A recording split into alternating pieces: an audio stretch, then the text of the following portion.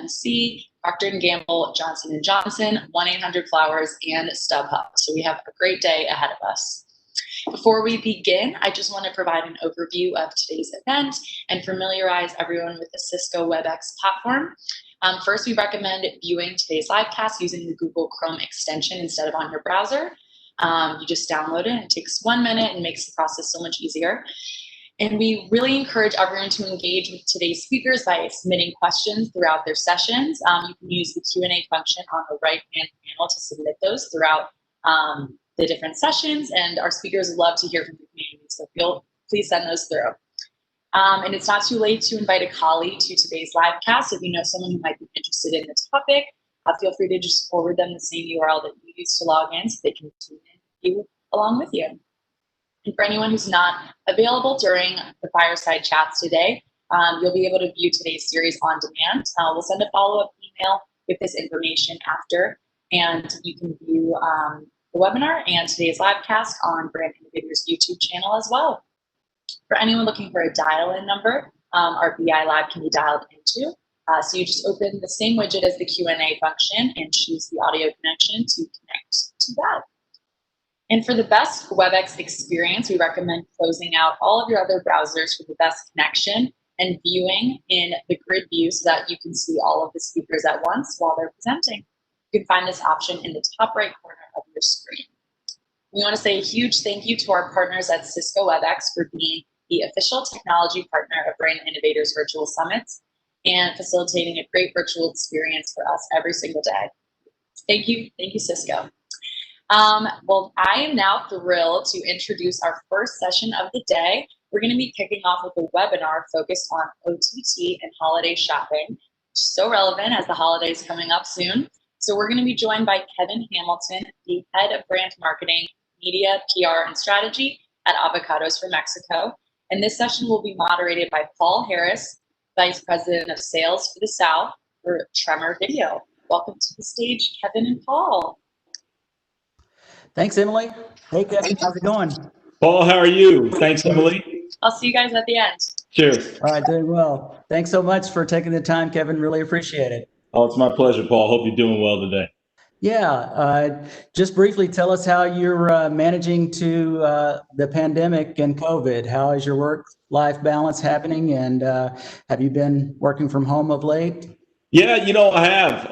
I think the biggest change beyond just simply working at home like a lot of folks are, and we're blessed to be able to do that. There's a lot of folks that don't have those capabilities, Paul, as you know. The biggest change has been the travel. I had been a person that traveled so much with this role all over the country, pretty often, sometimes outside of the country. And I have not been on a business travel flight since first week of March. So, and I haven't stayed away from an airport this long in this consecutive amount of days and weeks in quite a while. So that's the biggest change for me. Yeah, same. I haven't been on a plane since late February, so it is an adjustment. There are obviously good and bad things to that adjustment. Just curious with regards to the collaboration aspect of your work, and how have you overcome not being next to your colleagues to collaborate? It's been something that surprisingly, and talking to others, it seems that a lot of folks are adapting fairly well that are in this situation. We were able to get through what is a pretty tough and high travel, high connection in-person period, which is our planning period. That takes place right in that spring timeframe, March, April, May. And I was planning on clocking probably about 25,000 miles flying around to the various agencies that we work with, my media agency, creative, PR, et cetera, to make all of that happen. We were able to adjust, I think, fairly well based on, all of the online tools that we have, and trying not to get too fatigued of that capability or that approach. But it's been working out. Everyone's trying to find their way through this. Awesome. Well, you and I are both from the Dallas-Fort Worth area, and we're both sitting here today. It's a little change in the weather, wouldn't you say? Yeah, it's a little chilly out there. I'm not one for unnecessary sweat, so I appreciate it. You know what I'm talking about. The sweat you get Absolutely. going from the car just to the grocery store front door, you're drenched in sweat in Texas. So it feels pretty good to cool off. It is a change for sure. All right, let's jump right into it. We had time to connect before this call and touch upon a few questions. I want to just kind of run through those and see what's going on with AFM for the holiday season, and specifically, what you guys are doing and how COVID has impacted that. But in general, how do you foresee the holiday season playing out for advertisers? Do you think they'll be spending more? And if so, where and on what channels? Yeah, I've been talking to a couple of friends that are in the industry. I think a couple of things are starting to happen. The first thing is that production for advertising really shut down. Okay, not too much of a surprise probably for all the folks that are on this call, but starting to see a lot of that pick up, including us. I think it's a factor of understanding, what you want to accomplish, how you might be able to do that, the production crews getting their feet under them in terms of COVID protocols, even understanding locations, things like that. So once you can actually create something with some communication, I think then you'll find that the media spend will pick up. I think one of the other things that has really impacted some of the decisions lately in this space is the fact that two spaces or two topics rather are taking up a lot of the media slots. The first is COVID. So, for example, a lot of public service announcement space is taken up with the government and with COVID. And then the second is the political spend, right, for the political environment, which will die off here in a week or two, but that takes up a lot of availability on the media side. So I think between the availability of media, the availability of being able to produce, you're going to see more out there. Awesome.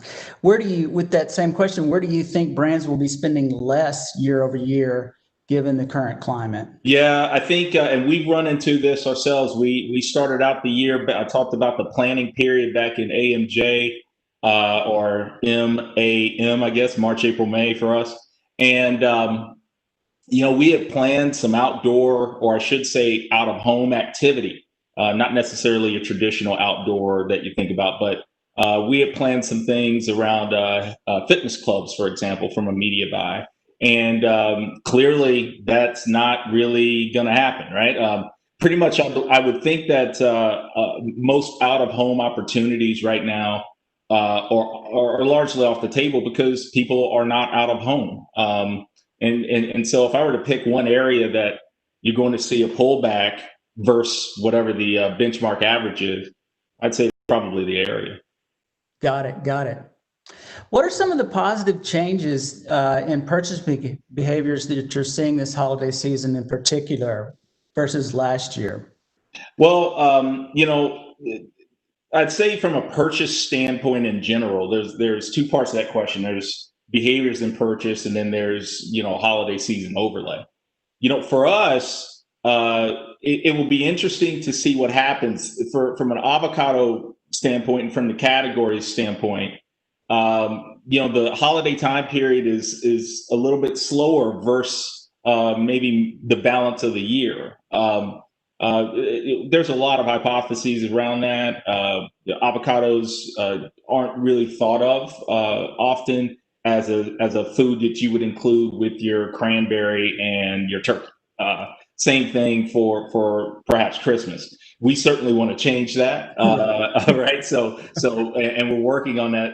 One of the things that we do to overcome that is we focus on the football occasion, which again has been somewhat disrupted due to COVID.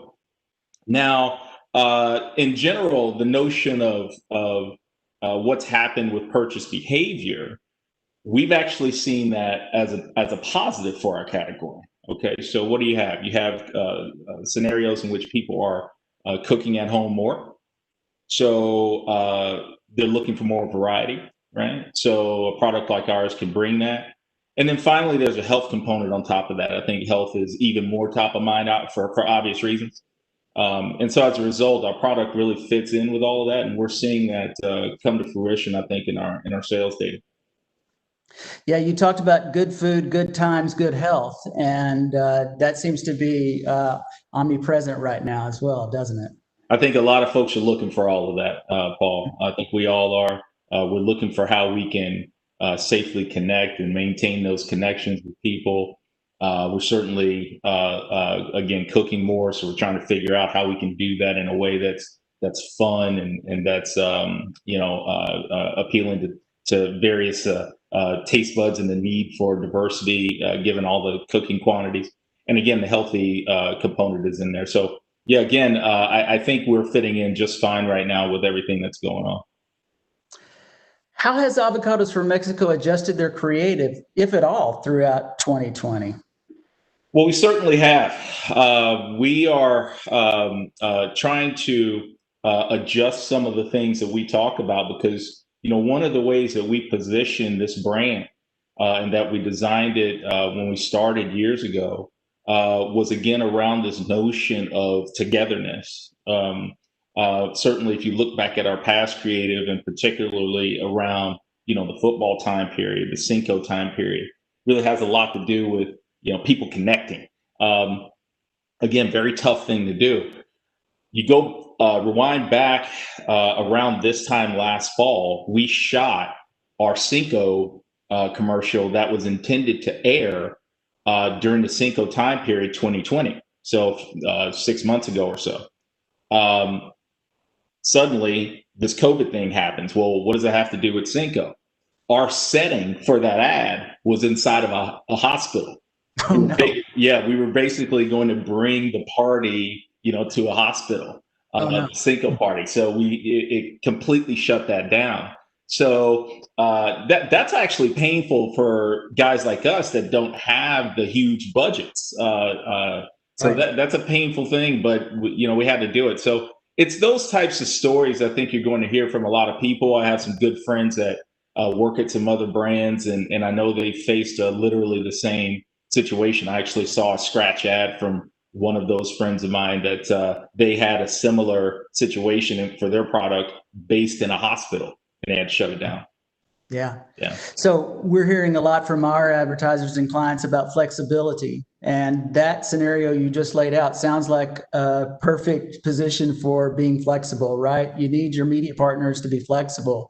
How big has that ruled the day of late and being able to be flexible with all your media partners? Yeah, it's a two-way street, Paul, and that's what it is. We certainly have to understand the flexibility of some of our partners and the needs that they have as well. The agencies, it's a tough time for that industry in general. If there's anyone on this call that is on that side of the house, they know it. So we're trying to be as clients as flexible as we can, given to the changing environment that they have to adapt to. Certainly on our end, we're asking them as they deal with us and work with us in terms of our status quo standard approach to production and media decisions and things of that nature, that it's not going to be exactly the same. We're dealing with that right now as I'm trying to put together some advertising for our Hispanic campaign. The way we're going about things is a little more in concurrent fashion versus a more sequential fashion that we're used to doing things. So absolutely, flexibility is key across the entire apparatus. Do you think there are certain outcomes of this particular environment that we're operating in, and flexibility is probably going to be one that sticks around even when we come out of this and post-COVID? Do you think that that's a positive outcome of this particular environment that we're dealing in right now?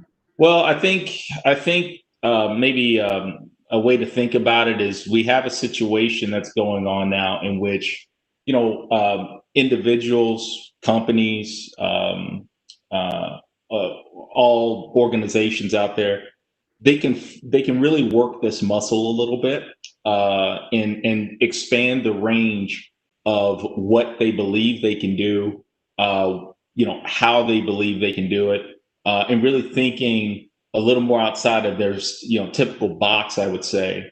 And that's probably going to continue. I'd like to think it would. That said, there's probably some reversion to the mean that's going to happen as well. So I think a lot of the prognostications of permanent change in A, B, C environment, there's probably going to be a little bit more of a mix of that, I would think, as we move forward and hopefully move out of this pandemic situation. With the political environment and the pandemic, are you noticing that certain messaging is resonating with consumers on certain channels? Well, I would say, typically to get a lot of attention, you kind of got to get outside of the standard messaging approaches. And, I think right now there's a lot of caution in the air. There's a lot of things going on. Certainly from our standpoint, again, we're finding communication methods, communication messages that really speak to finding a kind of a place of equilibrium is, I guess, a way to think about it. And I see a lot that's out there in terms of stimuli that gets sort of to that. I think the key is, how do you tie that to your brand's position? How do you tie that to your brand's essence as well? But I think that's what you're kind of shooting for in a lot of cases, and really cutting a lot of fat off of kind of a creative design for ads these days. Right. So something near and dear to our hearts at Trimmer is how you utilize OTT and CTV. Can you talk about how you're deploying that? And is there a difference between creative when you're talking about linear versus OTT and CTV? You bet. So years ago, when we were making these decisions, OTT was still kind of in its infancy. I don't think we said the word Roku back in 2014. So there's a lot that has changed over time. So we've certainly moved more into that space because we love the promise of the targeting. What now? Notice I said the promise of it. I don't believe the actual call it reality of the execution is matching up to that promise. I think we've seen a lot from colleagues out in the field in the marketing space that talk a lot about measurability. The OTT space is really, really difficult to get some standardization against that. So that's been our biggest challenge. But we are moving pretty heavily into that in different ways, whether it's connected TV, whether it's over the top platforms, things like that. In terms of creative, it's less for us about the platform in terms of linear versus OTT, and just more about who we're targeting and who we think we can get.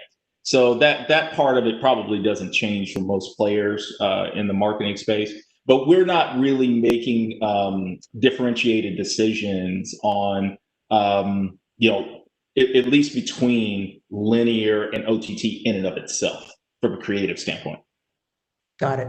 We talked briefly on our prep call about sequential messaging. Does that play a role in your online video and OTT and CTV messaging? Or are you utilizing that to do something sequential to your linear schedule? Well, we, in terms of media planning, we have some overlaps. What we try to do is use more of the linear component to get our reach, and more of the OTT component to get our frequency. That's kind of the basic, simple way to think about our media approach. Again, because our budgets aren't huge, so we have to really figure out what the proper balance is between those two. Using various techniques, certainly some negotiation components. That's how we're approaching that, and we supplement the media plan in that case with, again, some audio components, obviously some digital components as well. We had planned for some out of home, talked about that a little bit earlier, but that's kind of how we're mixing and matching things. Got it. So you guys are obviously sourcing inventory from a foreign country. Did you experience any type of hiccups with regards to that relationship? And product reaching the U.S., et cetera, during the pandemic? To my knowledge, and for everyone to know, our organization is strictly a marketing organization. So the folks that handle the product itself from an import and resale effectively back from wholesale to those importers to the retail, that's effectively our parents, right? So speaking for them effectively to a certain degree here, the only disruption, and there really wasn't much of one, but if you look at our data, but the only thing that might have been a little bit of an issue is just simply the fact that Mexico had issues as well with this with the pandemic, right? So they were trying to get their feet under them as a government and certainly as a society and figure out how they could put workers out there in order to get the product and to pack it, ship it, and get it imported. But in terms of cross-border activity and things of that nature, really didn't see much of an issue. Yeah, you talked briefly about approvals, and I'm assuming under this, everybody's moving very quickly and trying to get creative approved. And could you touch briefly on, the varying people and entities that have to approve your creative, like the FDA, and how that process unfolds? Yeah, it's actually USDA, not FDA for us, right? The Agriculture Department, but not the drug department effectively.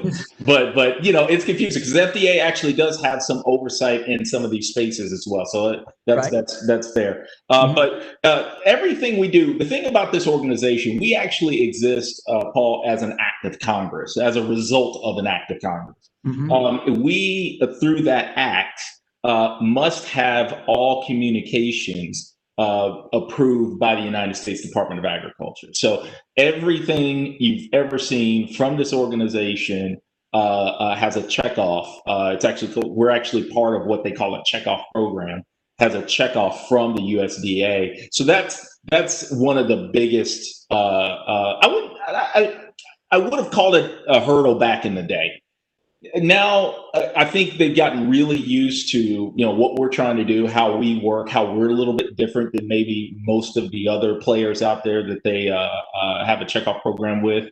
And so they're really good partners in trying to, help us figure out how we stay in bounds with what we need to from a regulatory standpoint, but also do the best we can in terms of true compelling marketing. Awesome.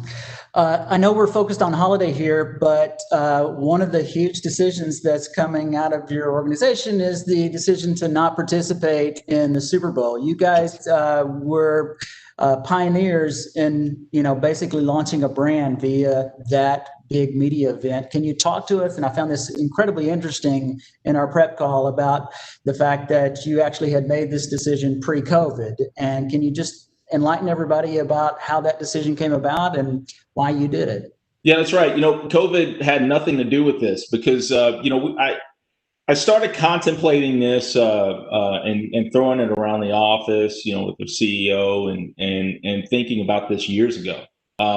We started out, our first Super Bowl was January of 15.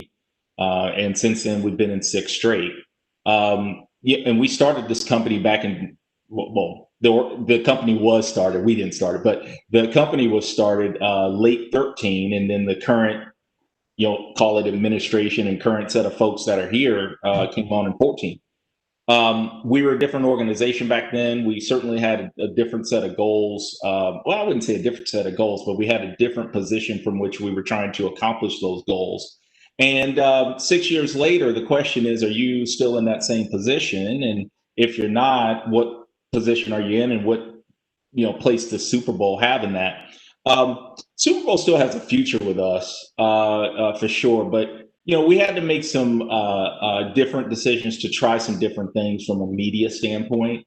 When you're buying the Super Bowl, you're locked into not only the Super Bowl cost for the 30-second ad or the 60 or the 15, whatever you're buying, but the network also says, all right, well, we want you to spend X amount more with the network, okay, with the same network. So you get kind of locked in there. That's okay for large budgets. For small ones, That can be a problem for media planning. So we wanted to try some different things to see where we would land. But I don't think this is the last of us in the big game for sure. Yeah. In general, since you participated in that event for so many years, what do you think are going to be some of the pitfalls that advertisers are going to encounter given the climate with COVID, et cetera, and the possibility that viewership could be down year over year? Well, I think the biggest thing to worry about as an advertiser in the Super Bowl is if the Super Bowl is going to happen. Period. Okay, Yeah. That's the biggest barrier. My guess is there's too much money involved, which is exactly why you still see the season going on right now. It's just too much involved. So my guess is you'll see a Super Bowl game. How that might happen, I don't know. There may be some bubble type of situation created once the final two teams have decided. I think viewership could go either way. We've heard a lot about viewership lately, but we had a different situation lately, which was that there was a point in which you had all four major sports going at the same time. That rarely has ever, I think, happened. And so you shouldn't expect that in January or late January, early Feb. And people may be starving for, again, a little bit of an escape. So who knows? If you told me viewership actually went up, I wouldn't be surprised. Right. You guys were named one of Fast Company's 100 Best Workplaces for Innovation in 2020. Congratulations. Cheers. Thanks. Yeah, that was in September. I mean, it's very recent. So even in this, COVID adjusted year, you guys are recognized for your innovation. How important is innovation to your marketing efforts at AFM? Pretty important. When we started the organization, we said we wanted to be different. If you look out, particularly for agriculture-based products, if you look at so much of the marketing that happens there, it's so focused and coalesces around this farmer's approach. It's from the heart and the hands of the farmer to your table, and that's fine, but it is sane. And so we wanted to take more of what was a classical CPG type of approach. And so I think we've done a lot of that, certainly on the above the line side. On the below the line side, I think you see some innovative things that our shopper team is doing with our digital team as well. We're kind of blending the two spaces a lot more than I think you would see not only in the agricultural space, but in any space, certainly with those types of promotions and advertisements.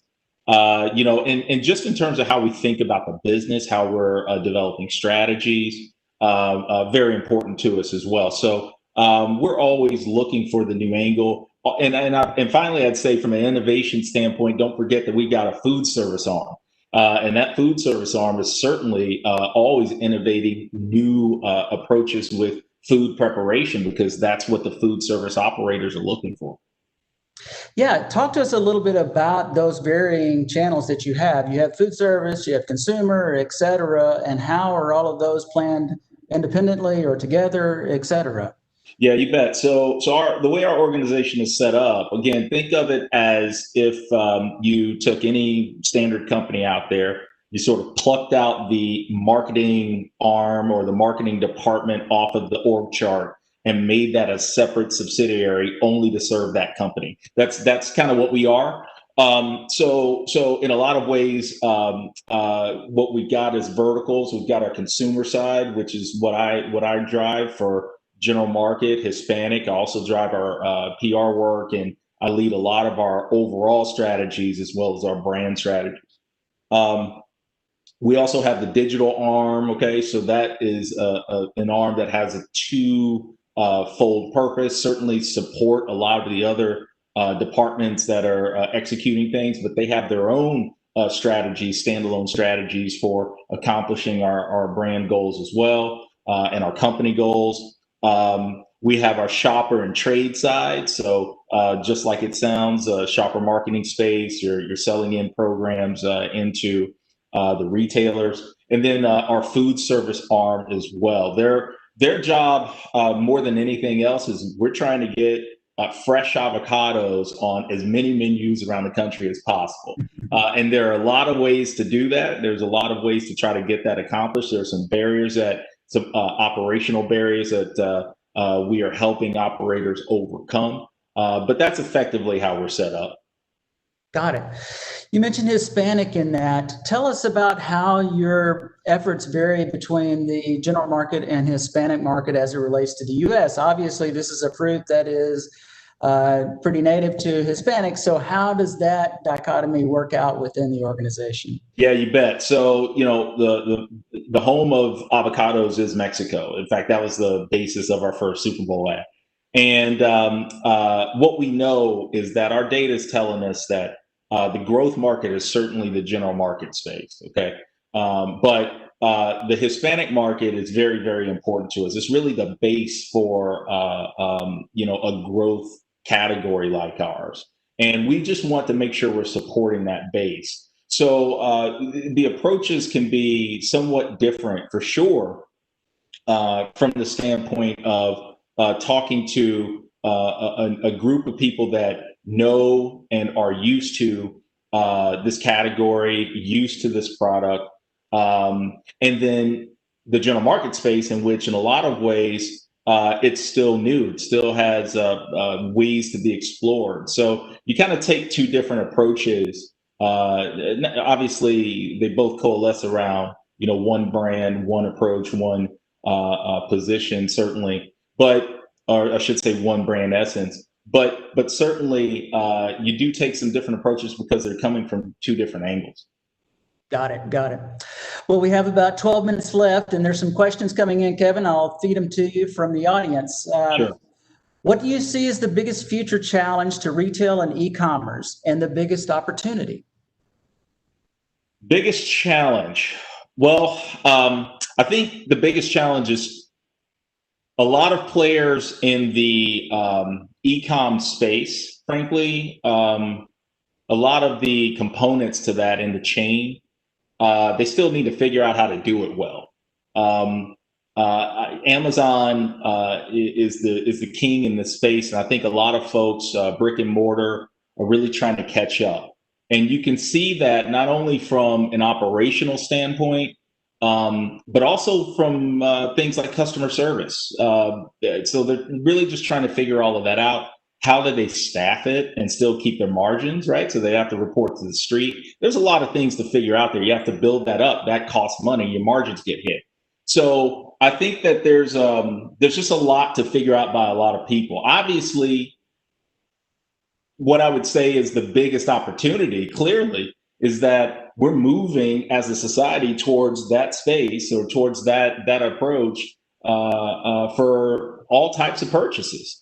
I remember years ago when I thought, well, no one would purchase clothes online because everyone wants to try them on. Well, they fixed that problem by making it really easy to return them. So you can try them on at home, right? So I think there's huge opportunity, and certainly depends on your category as well. For us, a perishable category, it's a little harder, but we'll get it all figured out, I think, as a collective industry. Yeah, when you first launched, I'm assuming you had no vision of actually selling product from avocadosformexico.com, right? I mean, you didn't have that vision, I'm sure. Well, we certainly had thoughts that was coming down the line. But as a brand new company, we were still just trying to figure out where the bathrooms were. So we had a few other things that we needed to build as a baseline first for a brand that didn't exist, particularly in a category that is brandless, in a department called produce in a grocery store that is largely, not completely, but largely brandless. So a lot of barriers to overcome for a marketing organization. So we started with some of the baseline things first and went from there. Got it.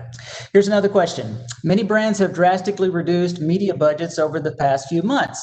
How has your media plan adjusted? If your budget has been reduced, have you gotten more creative and efficient with your strategies? Yeah, what's interesting about that question is when this first started, we actually talked about the fact that you're actually going to get more bang for your buck earlier on. Now, again, a lot of the media opportunities are being soaked up with the political buys, but earlier on, you had people with nothing to do except sit at home. So you had in terms of impressions, and then your cost for impressions, because so many media players pulled back. You were going to get a great CPM if you were willing to continue to advertise. Okay, Yeah. so we certainly recognize that. That the thing with us is my budget and my media plans usually die down after Cinco, and they come back in September. So largely, I wasn't able to take advantage of that just because of how our media cycle goes. Right. But in terms of adjustments since then into our new fiscal now, my budget has not decreased. Thank you, Mr. CEO of Avocados from Mexico. So my budget has not decreased in that sense yet, and we don't plan to or intend to reduce that.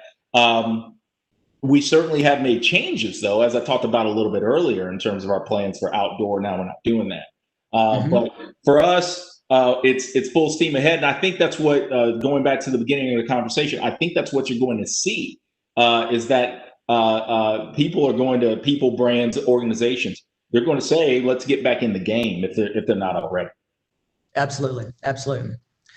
Another question, when it comes to communicating with your consumers, how do you think about brand purpose, and how does that impact your approach to marketing? Well, good question. For us, and I talked about this a little bit earlier, so I'll try to make this one quick, but for us, what's important again is our position and what we're all about as a brand is togetherness and bringing people together. So for us, the purpose is in our position in a lot of ways. When you think about avocados, you think about guac, right? No one ever has this product when they're sad, right? Guac is always the center of the party. People love avocado. I think that there's some sort of psychological thing that's going on. Maybe it's the color and the freshness of it. Maybe it's the taste, if people can like that texture. It's something that lifts people up. And so we've leaned into that a lot. So from a purpose standpoint, I'd say it's really embedded in our position to try to, lift people up. Awesome. Yeah, for sure. What innovations and technologies are you utilizing to execute your strategies? Has that changed since the pandemic began? Well, no, it hasn't. I'll go backwards. Nothing's changed in that sense since the pandemic began, other than the fact that I would think, and this is a better question for our digital folks, but we've certainly picked up the pace on developing an e-com approach. So that certainly has happened. As far as technologies, one of the reasons why we were in the Fast Company recognition there is because, particularly on our digital side, but also in other spaces, we're always looking for new ways, new approaches, and new technologies to utilize. One of the biggest initiatives that we've been trying to ramp up and implement is a CRM approach, particularly given the issues that are coming down the pike in terms of privacy and the ability to use things like cookies and whatnot. So you're seeing that certainly on our side, we're picking up the pace in terms of developing our own first party data approach. But that's I would argue is one of the biggest things that we're focused on. Cool. Finally, does AFM ever approach marketing from a partner standpoint? Have you seen success there? Sure. I think it's all about how you define partner for sure, but I assume that by that question, you mean other marketing partners. And I'd say that we've certainly done that, particularly on our food service and our shopper side. So you'll often see, particularly on the shopper side, partnerships that we've had in the past, like with Bud Light. We've partnered with them pretty often. We've partnered with Tostitos over the Frito-Lay guys as well. So we do that pretty often on that side of the house, as well as the food service side. We do LTOs, limited time offers, with various operators out there. So we'll execute that pretty often. There's some players that we're executing LTOs with pretty frequently these days.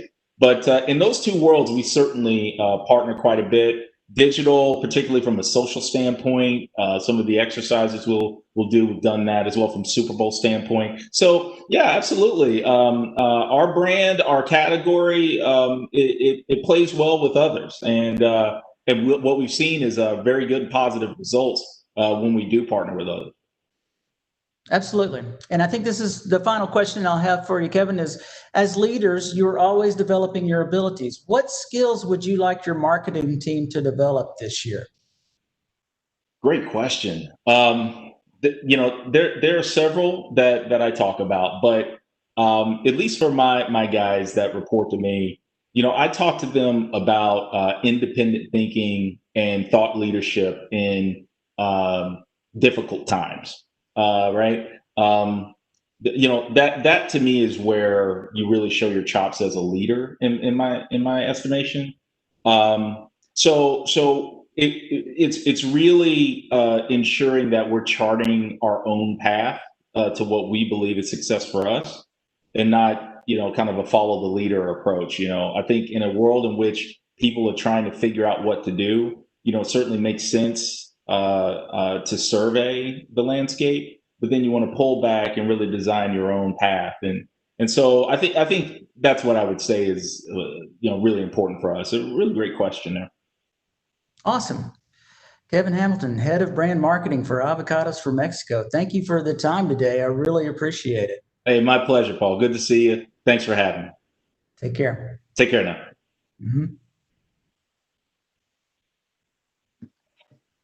Thank you so much for joining us, Kevin and Paul. Such a great first session to kick off our day on digital marketing innovation. I loved Kevin's point about how, leaders really, show their strength when faced with challenging times. So I think that's a great inspiration for all of us listening at home. Well, we have a packed day ahead of us, so we're going to move right into our next panel featuring some amazing marketing leaders. We're joined by Rama Vasan, the Executive Vice President and Chief Innovation Officer at NCC, Bilal Lakhani, the Director of Brand Communications at Procter & Gamble Beauty, and lastly, Matthew Fantasia, the Head of Brand Marketing for U.S. baby brands at Johnson & Johnson. And this incredible panel will be moderated by Carrie Pearce, the Principal at Influence and Inspire Consulting. Welcome to the stage, everyone. What a great group. Wow, thank you so much for such a great introduction. Of course. Well, I'll hand it over to you and pop back in at the end. Enjoy. Great, thank you. So as mentioned, I'm Carrie Pearce, and I'm a principal at Influence and Inspire Consulting. And I'm so excited to be here today with three incredible leaders who are really spearheading innovation in the communications industry. And they're here to talk today about the ever-evolving and never boring topic of influencer marketing. So today we have Bilal Lakhani, Director of Brand Communications for Procter & Gamble Beauty, Matt Fantasia, Senior Brand Manager, Head Marketing of J&J USA Baby, and Rama Vasan, EVP, Chief Innovation Officer of Marina Mar Communications. So like with all marketing disciplines, the influencer landscape has been significantly impacted by the events of 2020. People are rethinking every aspect of their lives, from how and where they spend their time and money, to what they truly value, to what type of content is most interesting to them. And that means, brands who once thought they knew their consumers inside and out now may have to rethink how best to connect with them. Unfortunately, influencers, known for really being on the front lines of social conversation, can help play a very helpful role in navigating this ever-changing landscape. So with that, I would love the panelists to introduce themselves and just talk a little bit more about the role that you play in your organization. So Matt, please feel free to start. Sure. Matt Fantasia. I am work on our US baby business, and really I'm looking across everything, with influencer being a piece of it, but 2020 and the pandemic and everything that's gone on this year has turned, it feels like, every part of the marketing mix upside down. We're going to talk about influencers today, but we've had to really reevaluate how we come to market, what our consumers are looking for. I mean, I think that's the biggest thing, is the expectations of our consumers has absolutely changed, and being able to respond to that quickly has been critical this year. Bilal, feel free to go next. Absolutely. So I'm Bilal Lakhani. I lead P&G's Global Influencer Center of Excellence, where we spend a lot of time thinking about the future of influencers, which is why I'm excited about this panel, not just as a speaker, but as a listener. The other interesting thing is I'm also an influencer back home in Pakistan with 300,000 followers, which gives me an interesting vantage point to be able to see influencers from both sides of the aisle. So hopefully I'll be able to share some interesting insights with you guys on that and where the entire influencer industry is going. Wonderful. And as Kerry said, my name is Rana Vasan, and I lead innovation at Marina Mar Communications. And it's an interesting title to lead, to be a chief innovation officer. I get asked all the time, what does that mean? So really my role is to think about how we can really leverage the power of innovation, whether it's digital innovation, innovation across consumer marketing, corporate marketing, healthcare marketing, to really fuel and turbocharge what our clients' key business objectives are. So what's keeping them up at night? And certainly there's a lot keeping all of us up at night these days. And really, how do we pivot and leverage the power of innovation to deliver great solutions, whether it's digital solutions, influencer marketing solutions, which we'll talk about today, or otherwise to really help meet those business objectives. So incredibly excited to be here today and for this conversation. Excellent. Well, let's dive right in. So our first topic today that we're going to be covering is really the immediate impact that COVID-19 had on the influencer industry. So there are a number of reasons why we'd love to leave 2020 in our rear view, but I think COVID is certainly top of most people's list. And so we'd like to pay it a little special attention today. So with very little warning, both influencers and brands have had to pivot their social strategies in real time. So we'd love for you all to share your point of view on the current state of influencer marketing and how the role of communication, how the role of influencers in communications has continued to evolve. And specifically, if there are any examples of how in-depth audience understanding or really taking an audience-first planning approach has helped evolve your initiatives, please share those. Rama, feel free to kick us off. Thank you, Kerry. So as with any other marketing lever in this environment, and truthfully, really anything in this environment, certainly influencer marketing has seen a significant evolution. And I would say that, certain categories of influencers, so for example, travel and luxury goods, have probably seen a greater impact than, say, healthcare, fitness, or parenting influencers. But having said that, I would say the largest shift we've seen is really a much reduced focus on the glitz and glamour that we may have seen with influencer marketing in the past, and much more, I would say, really hyper focus on what it means to live in this new normal, and an empathy and really giving sort of inspiration, humor, tips and tricks in how to really adapt to this new normal. If I had to summarize in sort of one pithy phrase, it's really the shift from, I would say, from reality TV to more reality. And influencers, to your question, Kerry, on sort of being audience first, they do have a unique advantage to succeed even in these unprecedented times, because they have such an access to how their audience is thinking, how they're feeling, what they're talking about, really that deep audience understanding, which is what makes influencers really successful, and really leveraging that access to that understanding to really take on a certain responsibility to help their audiences cope during these turbulent times, obviously within their sphere of influence, and also having the ability to quickly create reactive content based on what the audience is discussing, thinking, feeling. And there is a double-edged sword to that pivoting, which is if you pivot quickly, then certainly you both establish your following and you gain new following. If you don't pivot quickly enough, certainly it could have a negative impact on the influencers' following. But I would say overall, influencers really, what makes them successful today is what has made them successful in the past, which is really the authenticity and the trust in someone like me. And we're seeing certainly more and more the importance of that in this uncertain time. If you think about platforms like TikTok, where it's really about the gritty, authentic content that's being really, really successful, consumers are really craving those tips and tricks, the hacks, the humor, the inspiration, but also coupled with utility in sort of navigating this new normal.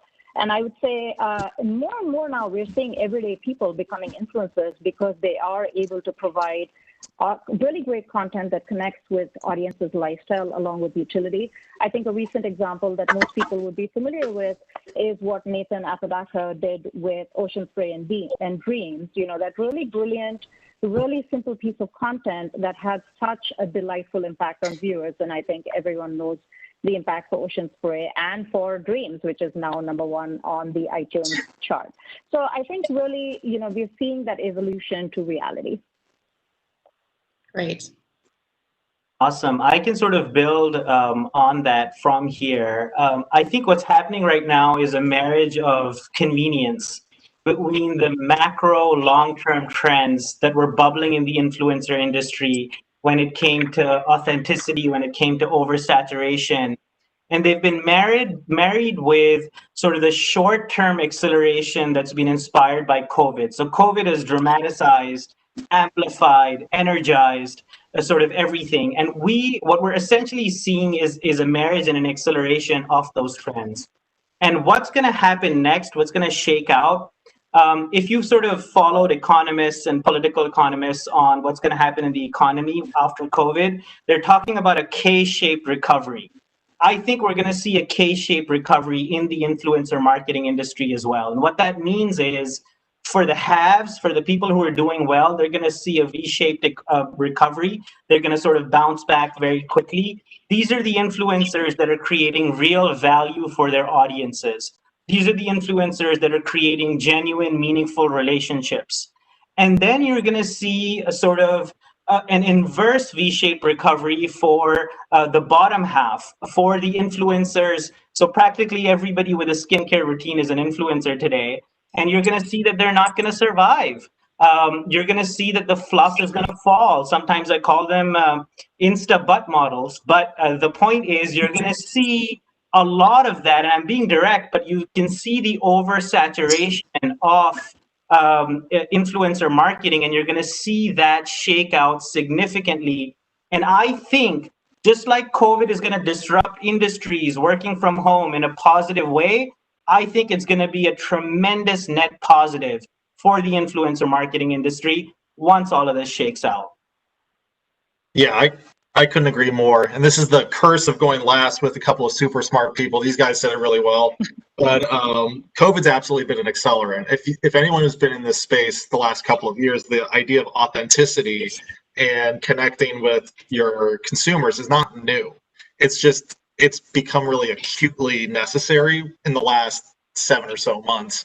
We've become hyper aware of it, but this has been an ongoing problem. You can look at the statistics from the last couple of years. Consumers are wise to people being inauthentic and Instagram famous, things like that. But I think at a macro level, we're seeing consumers moving from a place of looking for inspiration to really connection. People are isolated. People are looking for human connection and practical knowledge. So this idea of utility and helpful hints, this is accelerated. So as we're thinking about our consumers and listening to the insights, what people are talking about, what are the actual cultural insights that we're trying to key on, I'm talking to a lot of new moms who are really scared about going to a hospital to give birth right now. They don't know if their partner is going to be able to join them in the delivery room. They don't know what questions to ask their doctor, what to pack. So we've leaned into that. We actually threw out our whole influencer plan in March, and as a lot of brands did, and came up with a new approach, knowing we had to deliver against what our consumers actually wanted, what they were looking for, not what we wanted to push to them. So, we were talking about these authentic stories about giving birth during a pandemic, trying to relieve stress and give useful information. So, it's been a big pivot, but I think it's an important one. And I think it's a trend you're going to see a lot more of. I don't think this is going away. It's just accelerated us into a place of meaningfulness and utility. Yeah, I mean, I think that certainly sets up our next topic really well. We'd love to chat through some of the successes that you have seen this year as a result of leaning into influencers. and really being nimble with your approach as well as theirs. So I know that this year has felt like 3 lifetimes for me. And there's like a bunch of old sayings, like necessity is the mother of invention and make lemonade out of lemons. But actually this year they feel abundantly true. So tell us about some of the successes you've had partnering with influencers, whether they're planned or even unexpected. And were there any pivotal topics or insights that you garnered from the influencers or from their audience that you'd love to mention? So Bilal, please feel free to kick off the conversation. Absolutely. So I think our biggest sort of, purpose-driven way of thinking about this was when COVID hit, we said our influencer marketing will be done through the lens of serving, not selling. And that was the prism through which we viewed how do we pivot and how do we create influencer programs that create meaning in the lives of our consumers. And how that translated itself was, for example, on one of the key brands that I lead, Head and Shoulders, we're a brand about confidence. And all you could see these days was ourselves virtually through a video. So the question and what we did through our influencers was a series on how to show up confidently on video. You've got like a very limited palette to play with. How do you show up confidently? Big sort of shout out to my MMK Head and Shoulders team for thinking of that on the fly, for bringing it to life quickly, thoughtfully, meaningfully, and for influencers to enjoy that process as well, to say, how do you show up for a job interview? How do you show up for a first date when it's virtual? And I think that part was fascinating. And the reason why it resonated is because it was authentic. It was real. Like, people wanted to know. It was a real challenge. Another example, which was interesting, is, we were about to have a pop-up experience, a Supreme sort of sanctuary event for our top of the line Head and Shoulders collection. And we could no longer sort of have a physical Supreme sanctuary. So we created a virtual sound bath experience with influencers. And similarly, we've seen success with our Head and Shoulders stylists creating content for, styles at home and sort of how to show up well virtually, to sort of a 72-hour challenge video series, which says what are new skills that you could learn at home in 72 hours. So I think the nimbleness has been sort of weaved into our DNA and into thinking about how we can serve, not sell, our consumers through the influencer programs that we bring to life in these crazy times. Yeah, I mean, for us, it's I'll give you a stat that actually is pretty shocking. So we found, in general, having a kid can be stressful, right? I mean, I don't know how many people are parents out there, but there's a lot of stress involved with that process. But we found that during the pandemic, the daily moms reported 76% of them that their daily level of stress and anxiety has actually increased. So it's alarming. It's a huge problem. And inherently, I feel like we kind of knew that. But once we were really thinking about this and hearing what's going on and some of the stories that were coming out of, this person wasn't allowed to have their partner or their husband in the hospital, or they were getting tested. Are they going to be allowed to go into a hospital because they were full? All these sorts of things. We had to turn it on its head. And what we did was we really thought about what are the kind of unique and real stories that we could tell. What are the things that we could be talking about that are top of mind for new mom, expecting mom right now, and the people who care about them. And on a broader level, we created a resource center for expecting moms with information like this. What do you pack for the hospital? Interviews with doctors and people who had recently given birth, just to really reduce the anxiety level, just to kind of shine a light on what's going on, what to expect, all of that. And the way we leaned into the influencers there was to really have them share their birth stories. What was it like for them? Because it is really localized. There's a range of experiences people felt, depending on what part of the country you're in or what hospital. And it was important to be able to share those stories and then be able to share a resource saying, hey, this is what it was like for me. I have this beautiful baby now and I'm so excited.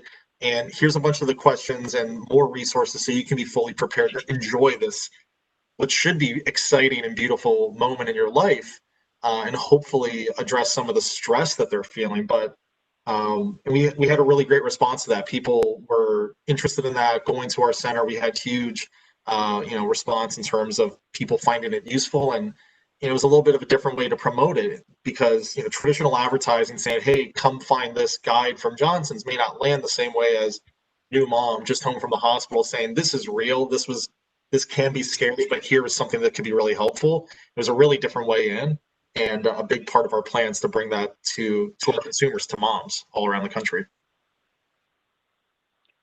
Yeah, and I think to build on what both Bilal and Matt said, I think what you're already seeing here is the trends around really a return to authenticity, showcasing value and sort of a connection to what people are going through in today's world, especially in an era of fake news, like really separating fact from fiction and really being empathetic to the situation that the influencers' audiences are going through and developing content and activations that are really, and utilitarian value that's really meaningful to those audiences, I think is becoming paramount.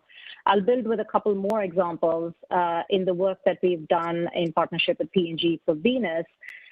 Venus as a brand is very much about water. It's very tied to water as one of its core sort of brand values. And as part of brand immersion to Venus, we were planning to, pre-pandemic, take influencers to Hawaii to really have a brand immersion session and also have an opportunity to meet the brand partner, which is the Olympic surfer Carissa Moore. Needless to say, the trip to Hawaii didn't happen. The Olympics didn't happen this year. And so really what we did was pivoted to really understand what are our audience's key needs, really taking that audience first lens. And what we understood through a lot of listening was that the audience was still craving escapism. A lot of our audience was putting up, throwback pictures to past vacations or using beachy destinations as their screenshots. So what we did was really pivot to bring that Hawaiian workout experience home. So we partnered with SurfFit, which is an online workout partner, to create a Venus Hawaiian workout that you could do at home for editors, influencers, as well as for their audiences. So really thinking about how you can be relevant to those audiences in these unprecedented times with authentic, empathetic, and meaningful content, I think is critical. The other interesting sort of trend that we've seen is really the ability, with the significant increase in online spending over the last 7-8 months, we've also seen an increased ability to really measure not just upstream actions like awareness, engagement, and impressions, which are of course important, but also downstream actions like conversion and return on sales, whether it's through trackable codes or live streams or so on, which are gaining in popularity, and other like tech and data solutions, which we'll talk more about as we go forward. Excellent. Let's dive right into our third topic. So this actually is a really popular topic to talk about, whether it's 2020 and we're in the midst of a bunch of change or not. So this idea of what is better, right? Short-term or long-term relationships with influencers, and how in 2020 might this impact their appetite to adapt their brand partnerships. So consumers are spending more time consuming content than ever before. They're also shifting behaviors to adapt to the changing reality of everyday life. Does the type of influencer partnership you structure have new implications in 2020? And are there any new negotiation points that have emerged this year? Matt, feel free to start. Sure. I think anytime you can go long-term, it's probably better. I always think that it's really difficult to create equity in a transactional sort of format. So the one-offs, the kind of fly-by-night partnerships, hard to do. I think it can be tactically helpful if it's more of a down funnel sort of objective, if it's more conversion focused. But if you're really thinking about equity and how you're building some of this conversation and community, ideally it's long term, and for a couple of reasons. One, you don't have to jam everything into one post or one video, which just stinks of inauthenticity. But also it gives you an opportunity to really evolve with that person. So topics change over time, and an ability to really pivot what we talk about. We're working with HCPs right now, actually, to part of our insights, knowing that consumers are looking for credible sources. They're looking for science right now. So we're working with doctors and nurses and people like that. And they're talking about things like our ingredients, but they're also able to talk about their birth experience if they're a new parent, and talk about mindfulness, as we've done some work in this space as well to address mental health issues for expecting and new parents. So as the world changes, we can kind of change with it. As we have this ongoing relationship, we don't have to rebrief new people, revet and find great ambassadors. We can find a set of great brand ambassadors for us who truly embody our brand values and are passionate about our products. It's a whole lot easier to be nimble and to change, because the world's changing for them too. It's not just for us. Everyone's feeling this. So I think it just creates a much better environment, a much better situation. In terms of new requirements, I think we'll talk about this in a bit too, but ability to shoot creative for us too. This is kind of a new thing coming up, but using our influencers as true creative partners, because we can't go out to do production shoots like we used to. So we're more reliant on them for content creation. So I think that's one of the more kind of elevated things we've been looking at, is their ability and kind of talent for creation and creative, be it video, imagery, whatever the case may be. Great. Yeah, and building off of what Matt said, I think what I do think generally long-term is better, but of course it depends on the objective. And I think we do occasionally see brands establish sort of initiative-based deals and then express disappointment when it doesn't necessarily pay off in the long term. So if you think about the long term, I think where influencer marketing can really pay dividends is in, as Matt said, the ability for influencers to really inform based on that deep audience insights that we talked about earlier, communication, and really how to really pivot with the audience needs. Also thinking about social platforms, like influencers inherently are experts on different social platforms, and really being able to pivot as those platforms evolve and new ones come along.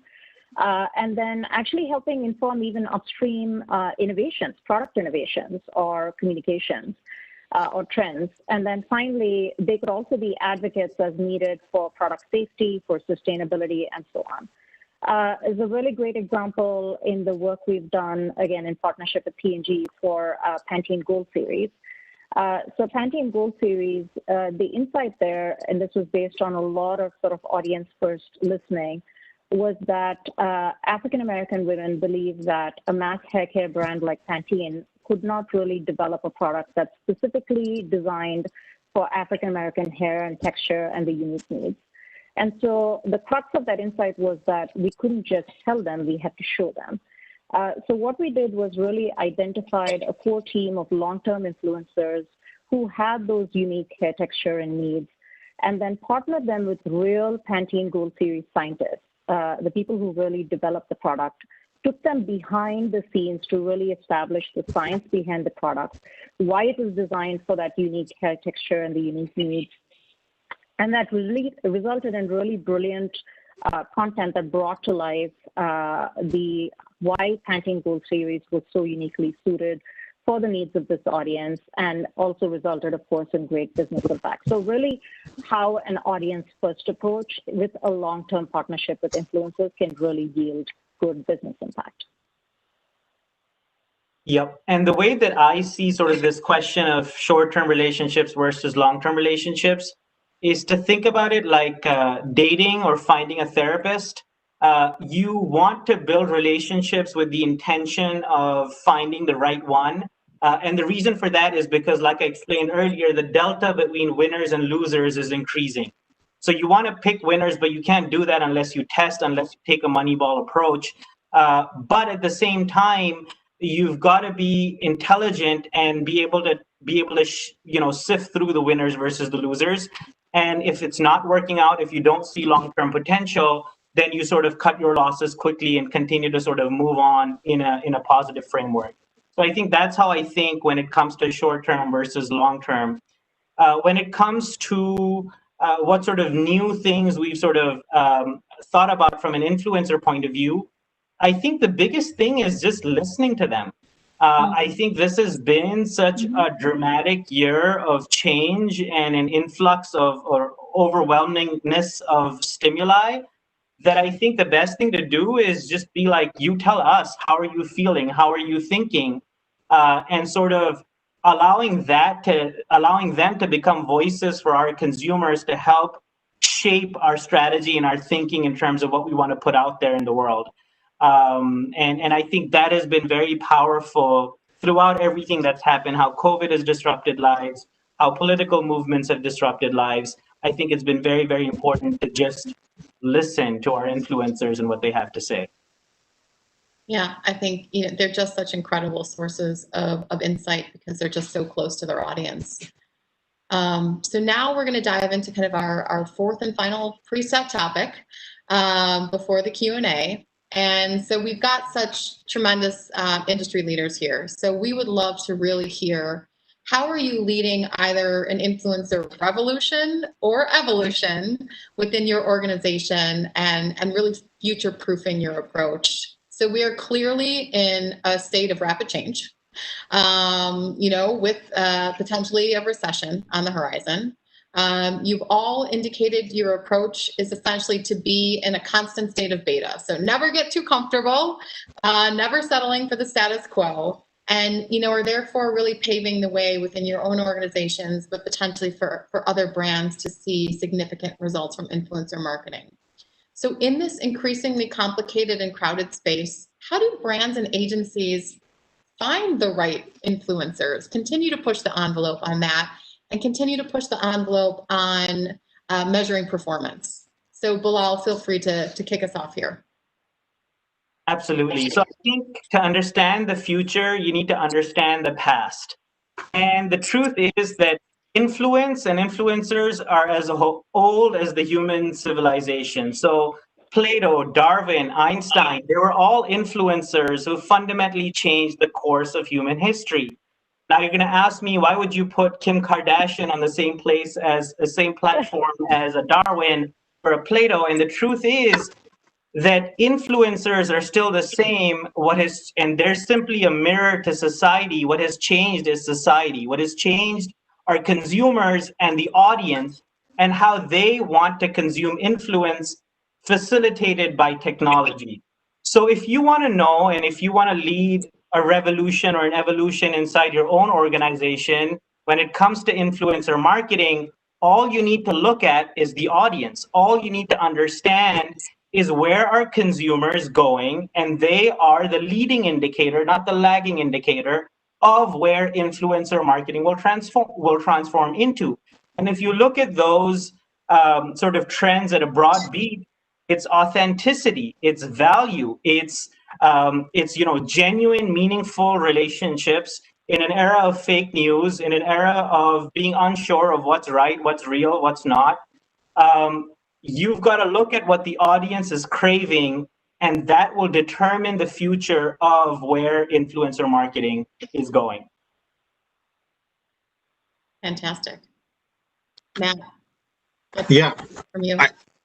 I think the key here, two-part. One is, as mentioned, focusing on the influence and not the influencer. Like, who and what are you trying to influence, and let that lead you. That's not new, but I think that's something that brands broadly have gotten wrong in the past, focusing on number of likes or followers, but not thinking about who actually has influence on certain topics. Should I be working with a mom or a doctor or a celebrity? It depends on what my message is and who I'm trying to reach and how. But at a broad level, I think what we're really striving to do is incorporate the influencer part of our plans as just part of our plans. It's not a brand plan and an influencer plan, but how do we get to a place where this is just integrated into one holistic communications plan? And influencers play a role in that because they have a special line of communication to our consumers that is different than brands do. So how do we integrate this both from a communication standpoint with national media? How are we integrating their creative and their skills into our own channels? Are we featuring them on our website or our social media feeds?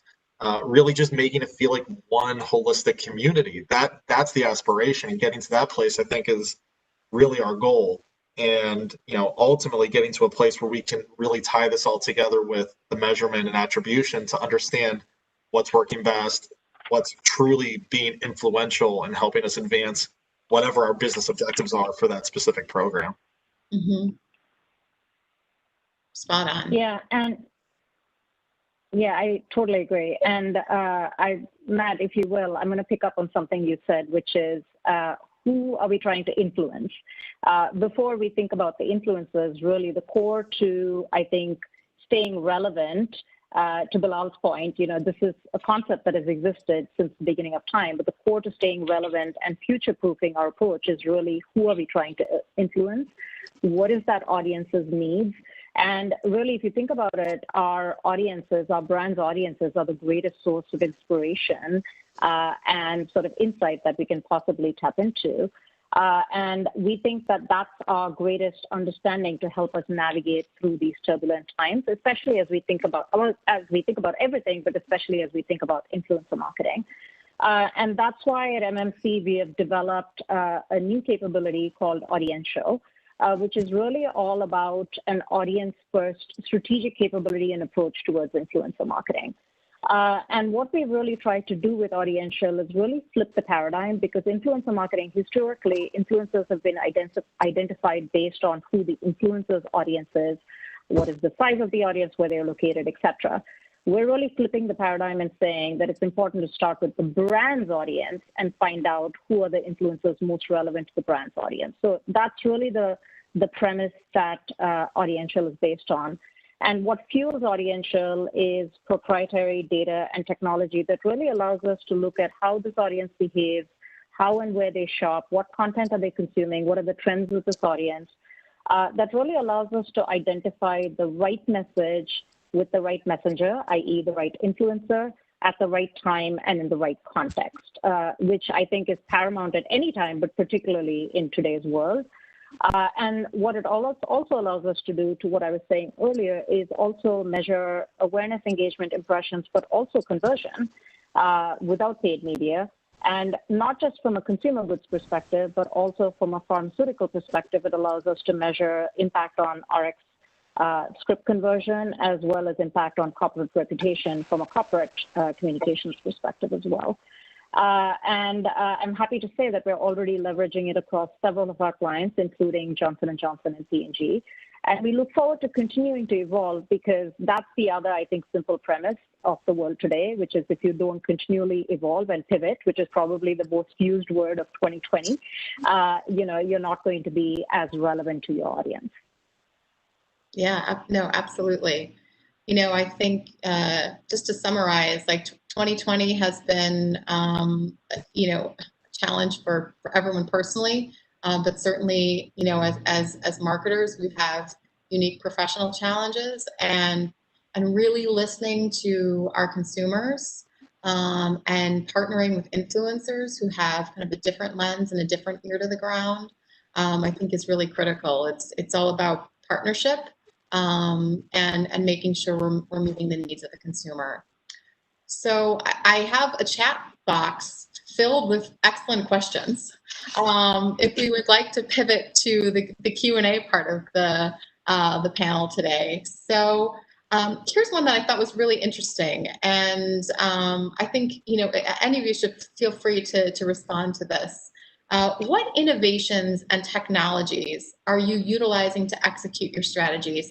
Has that changed since the pandemic began?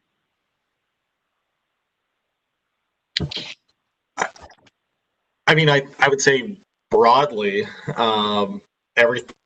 this is, again, accelerated. Everything shifted online. So we're thinking about how do we reduce friction in the overall consumer journey? So how are we making things easier for consumers?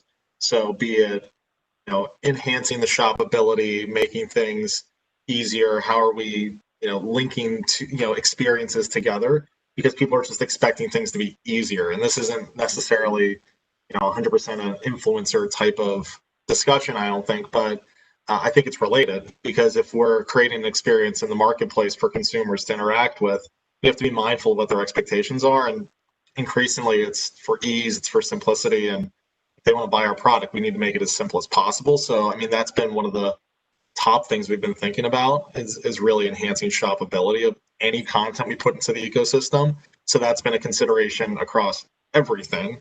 But that's probably the most relevant one, I would say.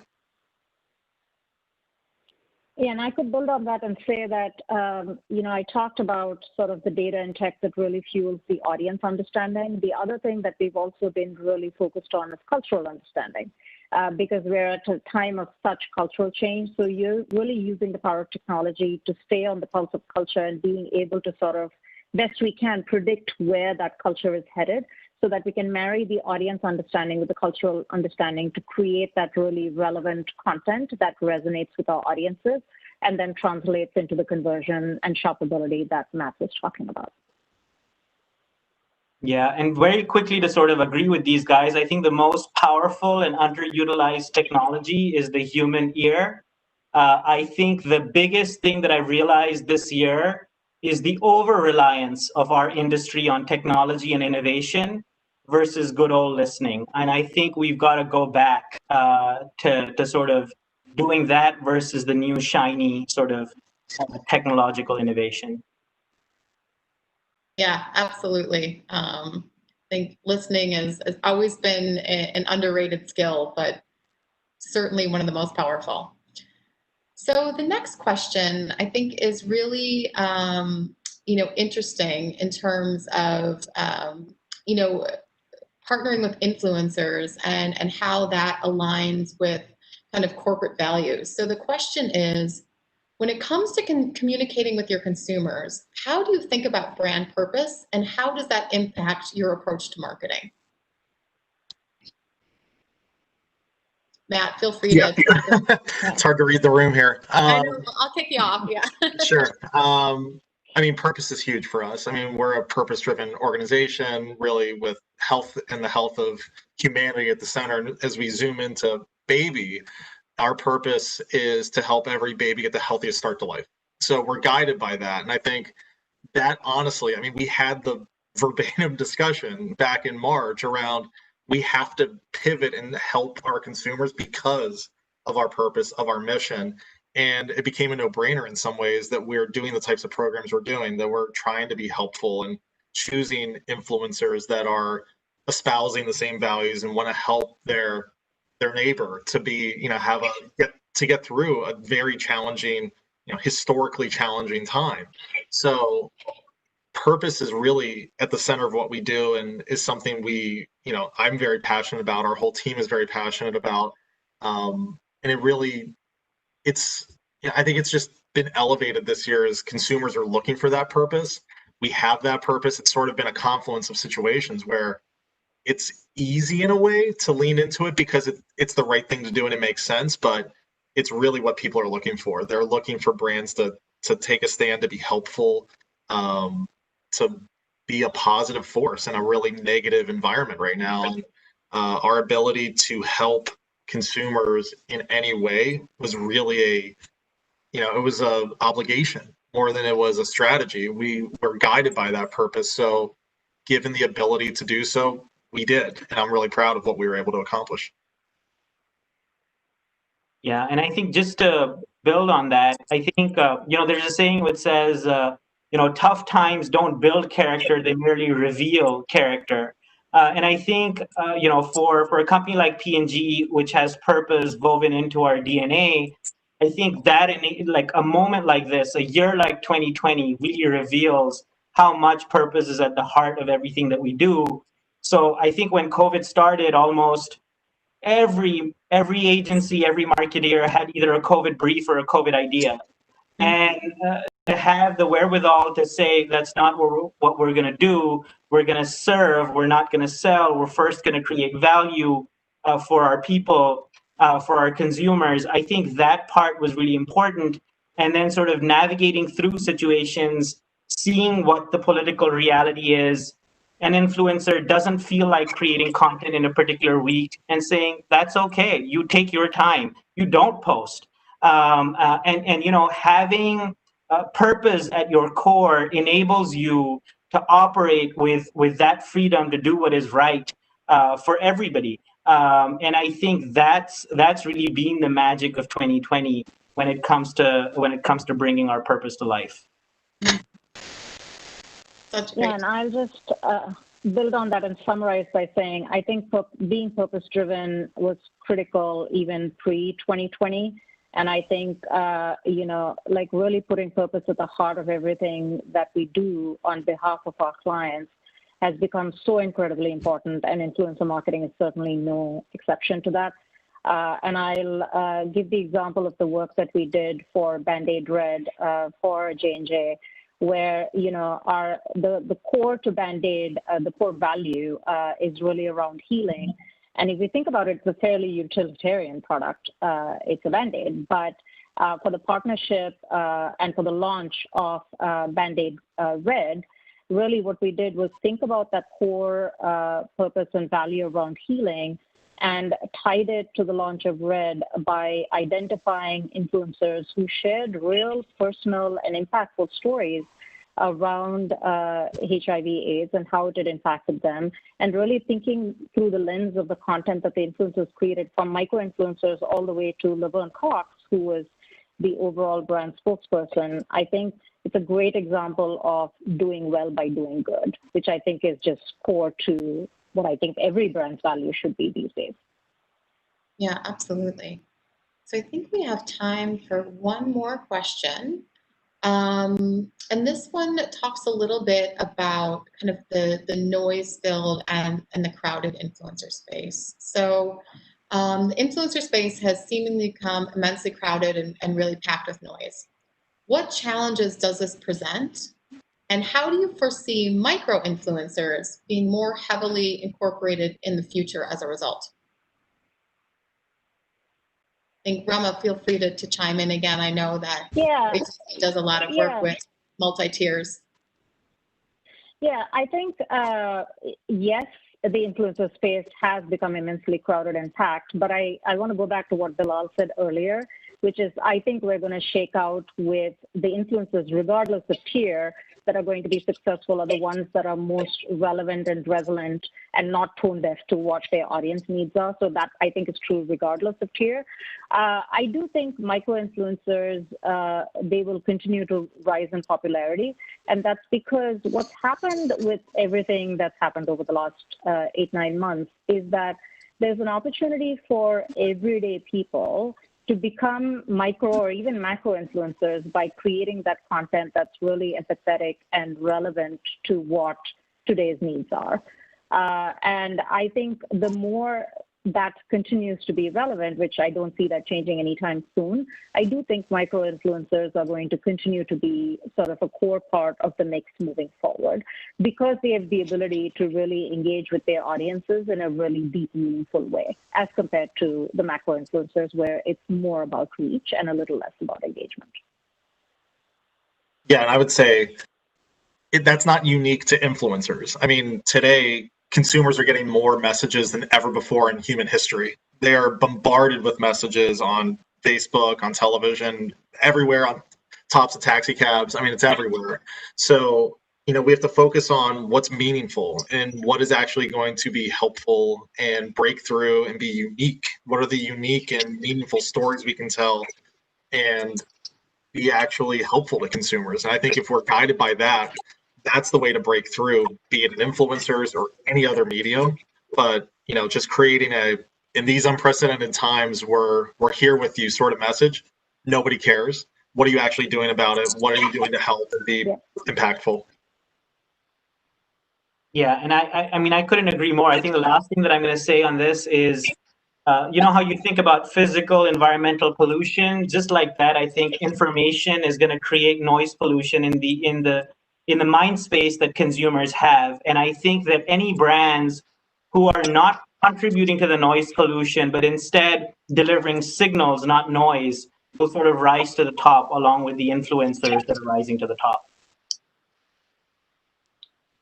Excellent. Well, I've truly enjoyed this. I think you guys are absolutely experts in everything that we've chatted about today and really leading the way. So thank you so much for your time. Thank you. Thank you for the opportunity. Thank you guys all so much. Thanks, Carrie, for moderating such a great session, and loved all your points at the end. I feel like we're definitely all being constantly bombarded with so many messages. It's hard to sometimes, find your way through the void, and showing that real action that you're taking as a brand really helps us stand out, especially in a year like this one. So thank you guys all so much for being here. We hope to have you back again soon. Awesome. Thank you. Thank you. Have a great day. You too. What a fantastic panel. Great to have so many huge brands represented on our stage. And we're still have such a great lineup for the rest of the day. So, get your next cup of coffee and settle in. And a reminder that it's not too late to invite some friends and colleagues to join in. We still have a few great sessions left. And so be sure to just share the link for today's event with them. So we'll be moving right into our next fireside chat. We're going to be joined by Yvonne Kinzer. She's the head of digital marketing at Avocados for Mexico. And the session will be moderated by Nathaniel John Gross, the regional vice president of the West Coast for Bliss. Welcome, Yvonne and Nathaniel. Hey, how's it going? Thanks, Emily. Thanks to you and Brand Innovators for hosting us today to chat about marketing innovation. Yes, of course. So happy to have you. I'm joined, as you said, today by Yvonne Kinzer. She's the head of digital marketing and e-commerce for Avocados from Mexico. Yvonne, thanks for joining. Hello, thanks for inviting me. Yeah, absolutely. And, jumping right in, Yvonne, I think I'd love for you to tell me more about your background and role at Avocados from Mexico. In particular, I'm curious because you didn't start out in the produce or CPG category. So I'm curious to hear more about your background and why you joined the team at Avocados from Mexico. Sure.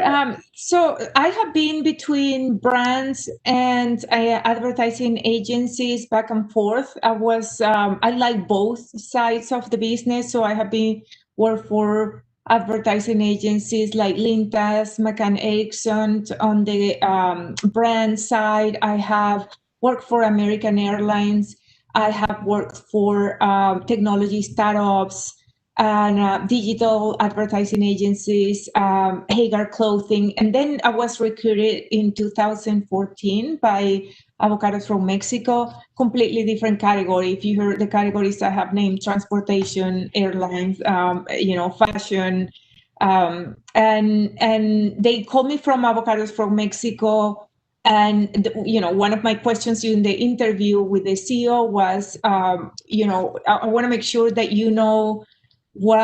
why me? Because I have no experience whatsoever in the fresh product category. Some experience in CPG way back, long time ago with Lintas and Unilever. But then he said something that really, I say that it sealed the deal, because he said, look, I'm looking for someone with no experience in the category, but with a very good understanding of the digital space, technology, and someone who is very creative to help me do what nobody else have been done in the industry. And that really, that freedom and the vision for innovation was very, very appealing. So that's the story. And I have been there in Avocados from Mexico, overseeing everything in digital. It's from everything that happens in the small screen, from SEO, paid search, web development, all the way to more sophisticated areas like data and analytics and artificial intelligence connected to also CPP, etc. That's the story. So do you want to tell me a little bit more about the history of Avocados from Mexico as a brand, and how you go about turning something like Avocados from Mexico into an e-commerce brand where you can go to the site and it's shoppable, recipes are shoppable, and then you can link to retailers and purchase avocados online? Sure. We're in a very, very unique position. First of all, I want to say something that we say jokingly, but it's really true, that we're not from Mexico and we don't sell avocados.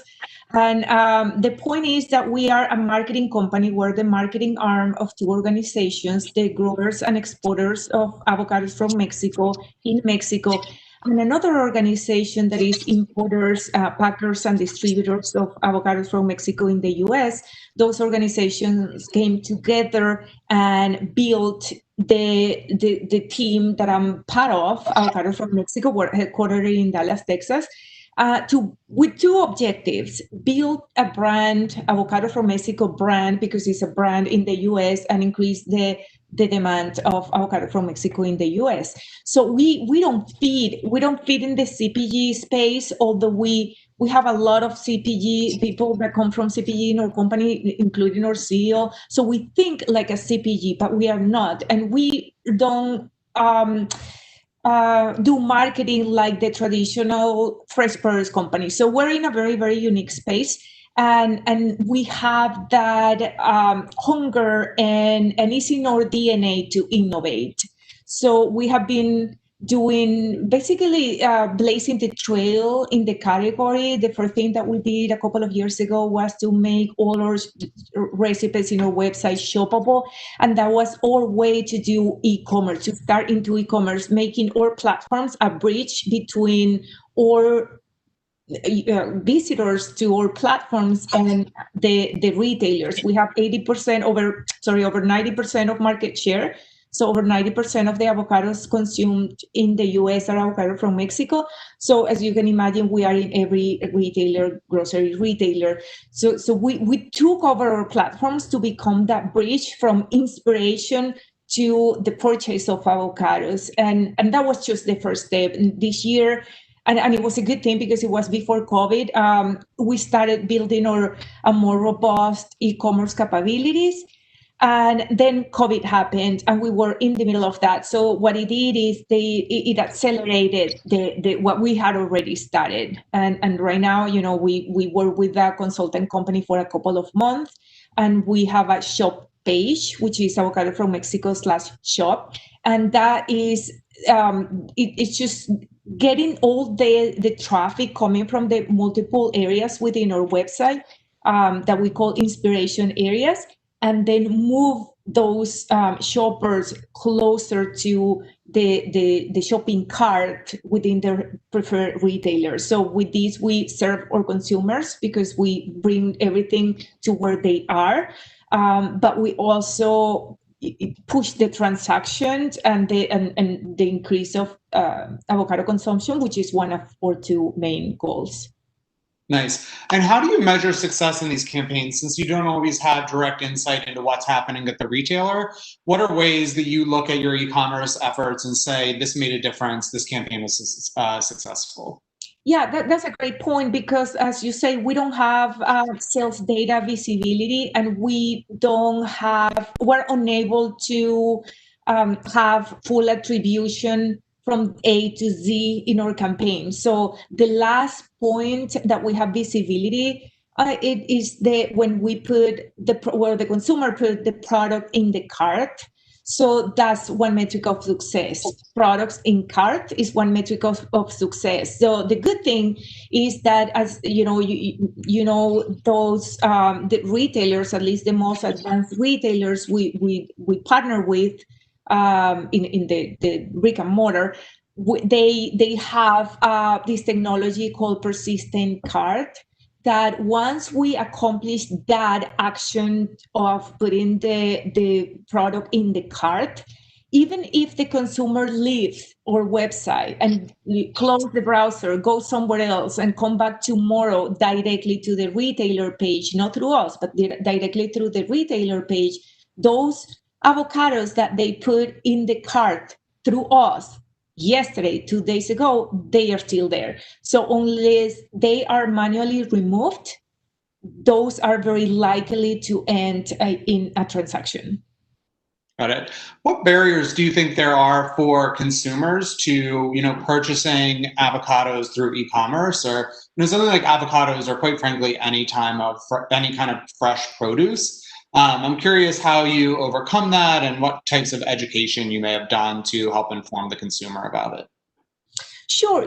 That's interesting, because the same barriers that we have offline in our category and with our product, they magnify when we go to e-commerce. We have identified through research that the main barrier for consumption is the lack of avocado education. And that, for example, how do I know how to pick the right avocado? How I speed of ripening, if I'm buying avocados today and they are green, by my event or my meal that I want to prepare is tomorrow. How I slow down ripening if the avocados are almost ready, but my event or when I want to prepare that meal is next week. So those are barriers. It doesn't matter how they purchase the avocados. Now, when we go to e-commerce and when we take that offline, then those magnify, because now it's not you selecting your own avocados, but it's a shopper. It's someone in the store or someone through one of the shopping platforms selecting the products for you. So that is, consumers are very reluctant to give their fresh produce shopping to someone else. So we have to do a really good job about, in parallel, making sure that we reach out to that consumers with our education message. This is how you pick the right avocado. This is how you slow down ripening. We have done great advances. For example, we were the first fresh produce company to launch a chatbot, and the chatbot was our way to be there in the store with our consumer when they are making that decision. So we partnered with Walmart, and Walmart had in the stores the first half of the conversation, which was, text this number if you want to learn how to pick your avocados. When the consumer texts the number, then they will receive a link. The link will take them to our chatbot, and then we will, take them by the hand throughout the purchase experience. Cool. You mentioned Walmart. So I'm curious, which particular retail channels have been most successful for you for e-commerce? Or any kind of examples of activations like that you were able to do through particular retailers that have been particularly successful for the brand, I think would be great to hear about. Sure. Definitely, in this space, like any other space, any other industry, there's players that are more mature in this space. Walmart is definitely one of them. If you see the things that Walmart is doing aside of us, right? They now have you have instant checking the products as you go shopping and that sort of thing. So they are advanced, and they are also eager to advance. So speaking about what are the things that we have done with Walmart, we came to Walmart with another partner, because we want a technology partner to optimize the avocado page within Walmart. We realized that there's a huge potential, in terms of how shoppers are searching for the products they want to buy. They search, they browse. There's a certain behavior, and there's certain keywords specifically that were very relevant to our product, but we didn't necessarily have those keywords in our landing page. So we came with this technology partner to optimize our content and to optimize the images that we have in the product page to make a better experience and the page more visible. So it took us like 6 months to present these to the right stakeholders within Walmart, but once they understood what we wanted to do, they embraced it and they make it happen. They made it happen, and that made us the first produce company in the history of Walmart on having a customized product page within their platform. So in a matter of 6 months, we increased the visibility of our page in 212%. Again, blazing trails in the industry. After that, Walmart talked to other fresh produce companies and asked them to come and talk to us so we can take them through the processes, because it was such a successful initiative that they wanted to replicate that with other brands as well within our category. Nice. That's amazing. Is Walmart also your biggest sales channel for e-commerce, or, is Amazon bigger? What do you guys see in terms of volume? We're right now, Walmart is definitely at the top. We're right now we just launched I will say, a couple of months ago, 3 months ago, our full e-commerce initiative. We did that research. Again, Walmart definitely at the top, and our shopper team had great relationship with Walmart. And like I said before, they are eager to let us try and innovate with their platform in terms of sale. Yeah, for sure. Nice. So switching gears a little bit, I'm a little bit curious, as you've built this e-commerce brand for, a produce product, what kind of other brands did you look up to or try to emulate as you were building out this capability?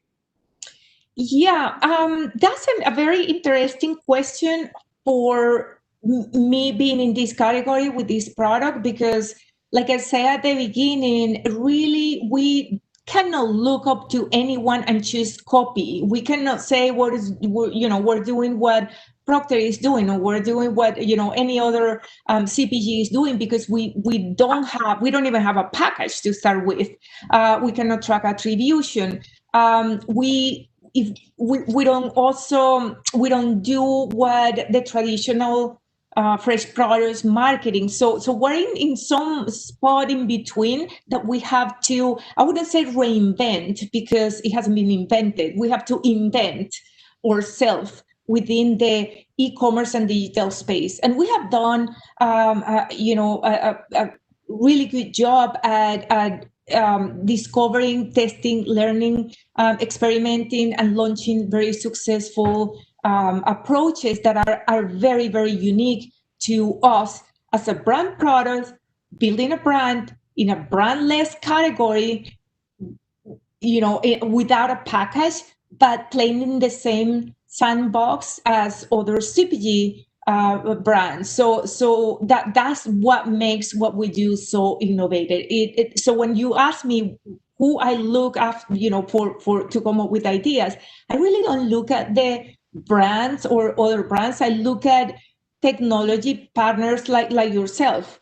Nobody knows the platforms better than you guys. Nobody knows where the technology is going better than the people that is in that ecosystem of marketing technology ecosystem. So I really relied on our technology partners to understand the space and come up with solutions that nobody had put together before.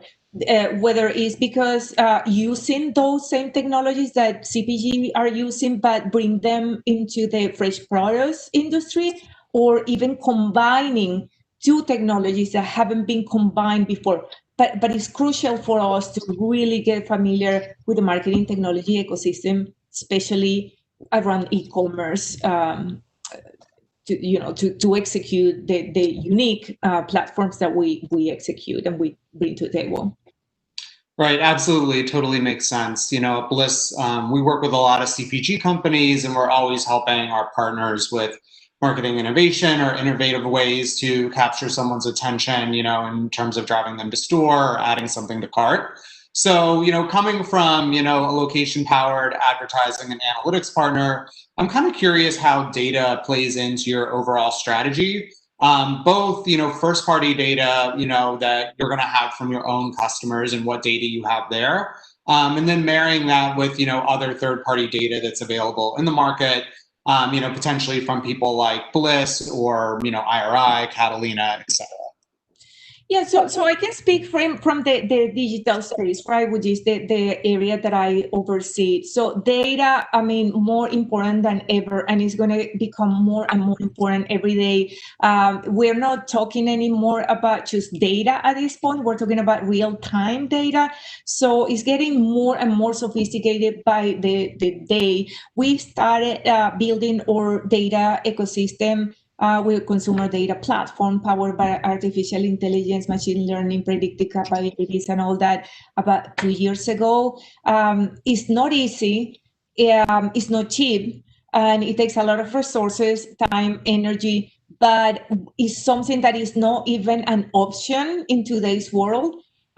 We started 2 years ago. We still have a long to go, but as you know, we all know in the industry by 2022 we're going to live in a cookie-less world, and there's just no option but building our first-party data. So it has become so important that we're already seeing the difference, because we're building these capabilities and we're learning from it as the machine learns. We're A/B testing a lot. So the last A/B testing the latest A/B testing that we did is when we really start seeing the maturity of the platform and how our machine have actually learned from our consumers. And we're seeing differences, like let's say A is third-party data from our media partners, and and B is our first-party data.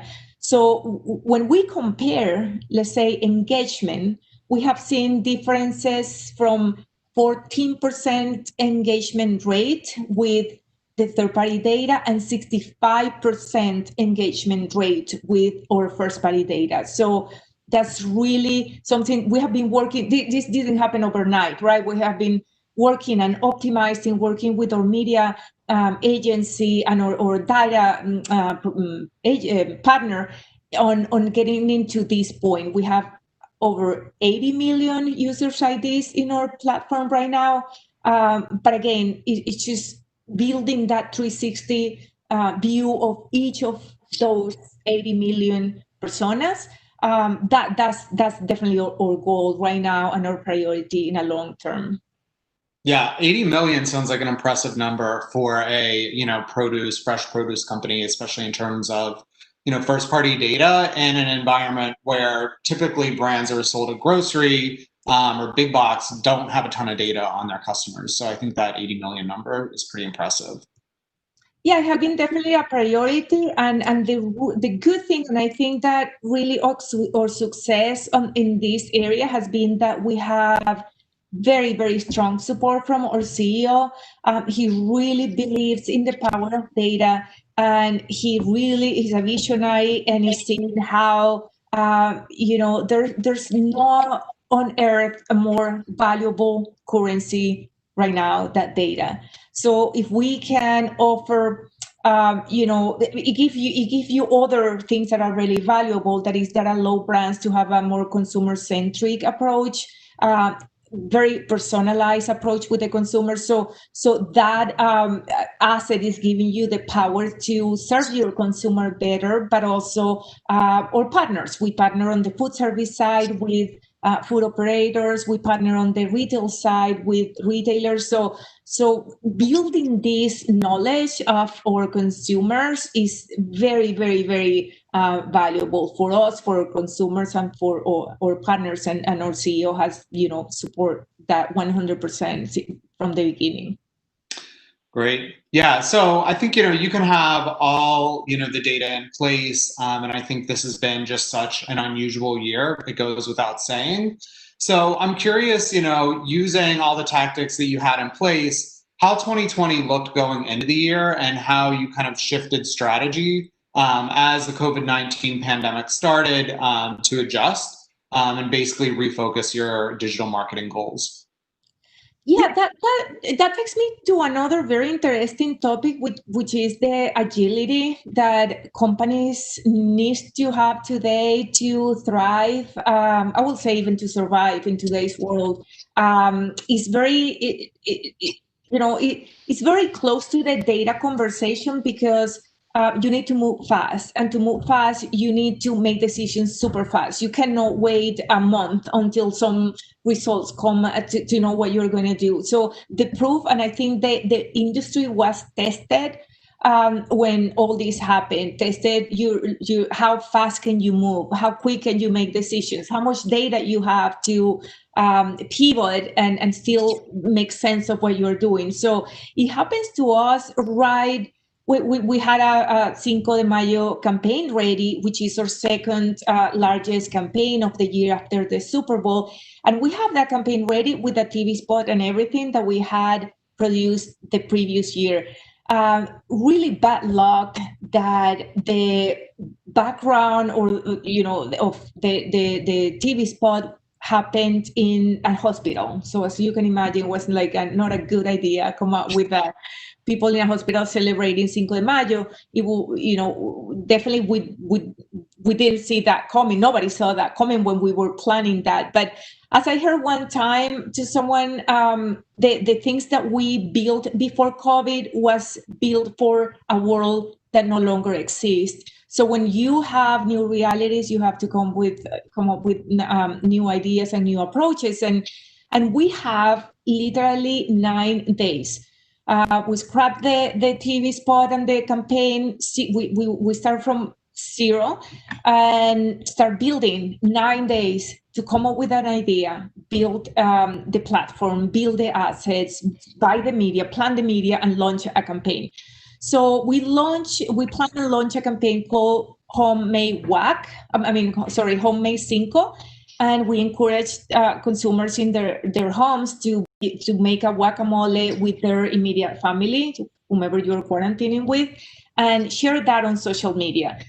To make a long story short, most successful campaign in the history of Avocado from Mexico. Even beyond the Super Bowl, we end up delivering 5.6 billion with B social impressions. The max we had delivered with the Super Bowl is 4.5 billion. So even our strongest campaign, this one was widely successful, and it was because of that we kind of took a consumer-centric approach and based our ideas and the interactions is in what was the reality of our consumers and at that specific moment in time and situation. Yeah, that's incredible. In terms of sales, how do you think this campaign affected sales? Did you see it go up, down, stay steady? I'm curious to hear more about what that has looked like during this year.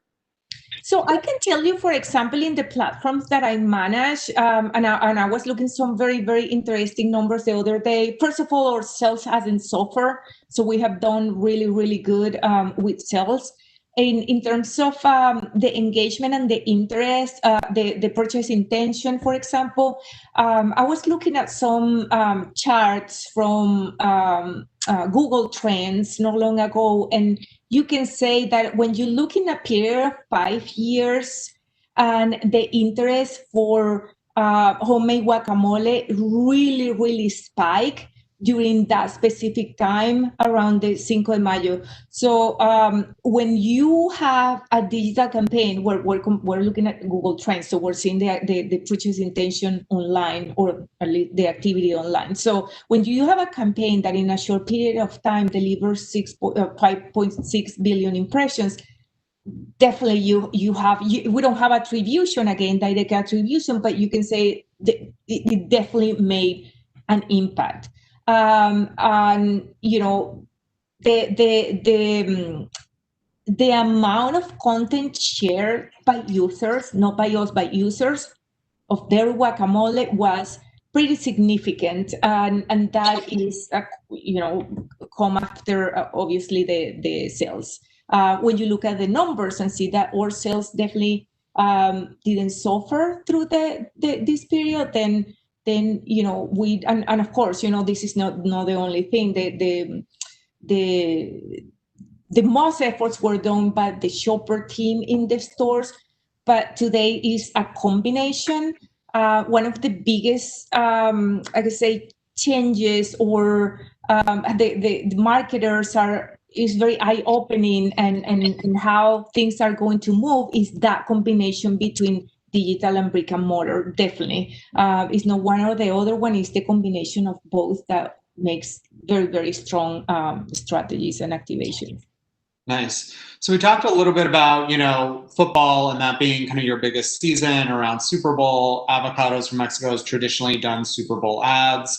So I'm just kind of curious how that has changed this year in the absence of tailgating and necessarily, encouraging people to, host viewing parties for, Sunday Night Football or the Super Bowl. How has that affected your marketing strategy through this, season, which is typically, very high, it would be, probably one of the biggest seasons for avocados.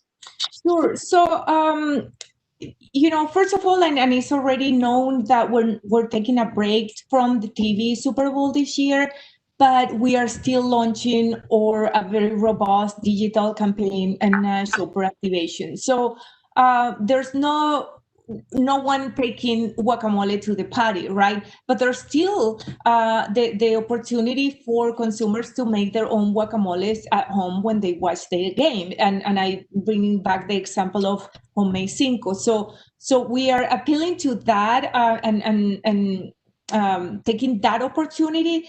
And our campaigns, which is different from previous year, when we launch a campaign at the end of January, we're launching this year in January 4th.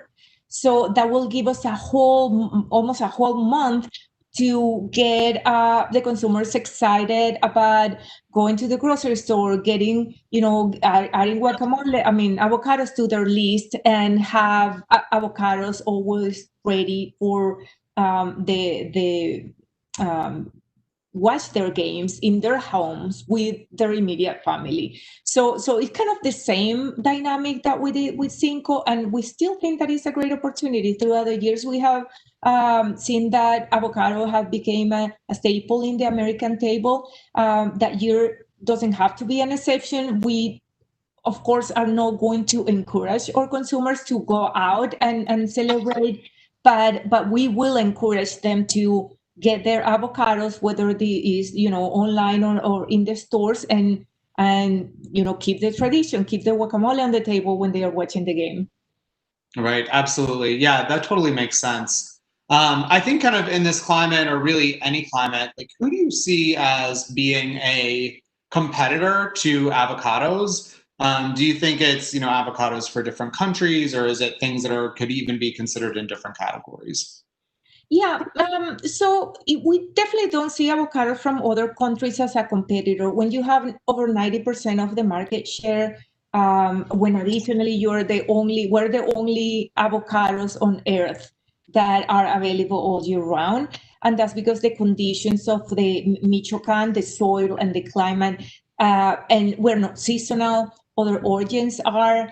But when we the second objective that I mentioned at the beginning, that is to increase the consumption of avocados, is the consumption of avocados, period. So as a leaders in the category, our responsibility is, and also what we really want to do is to push the category. And with that, we bring our avocados from other origins. We are all under one umbrella, which is the Hass avocado, and we definitely, if we expand the market, we all win. The consumer win, any origin wins, and avocado from Mexico wins, of course. Nice. So one more question, and then we'll go ahead and jump into the Q&A from the audience. But we talked a little bit about Super Bowl in the beginning of the year. So how does the rest of 2021 look right now from a marketing standpoint? And what are your overall goals for 2021 and beyond? Yeah, so our plan, we pivot in regards to our messages, but we're a very active brand, and we continue to be an active brand. We're very disciplined with the message that we communicate.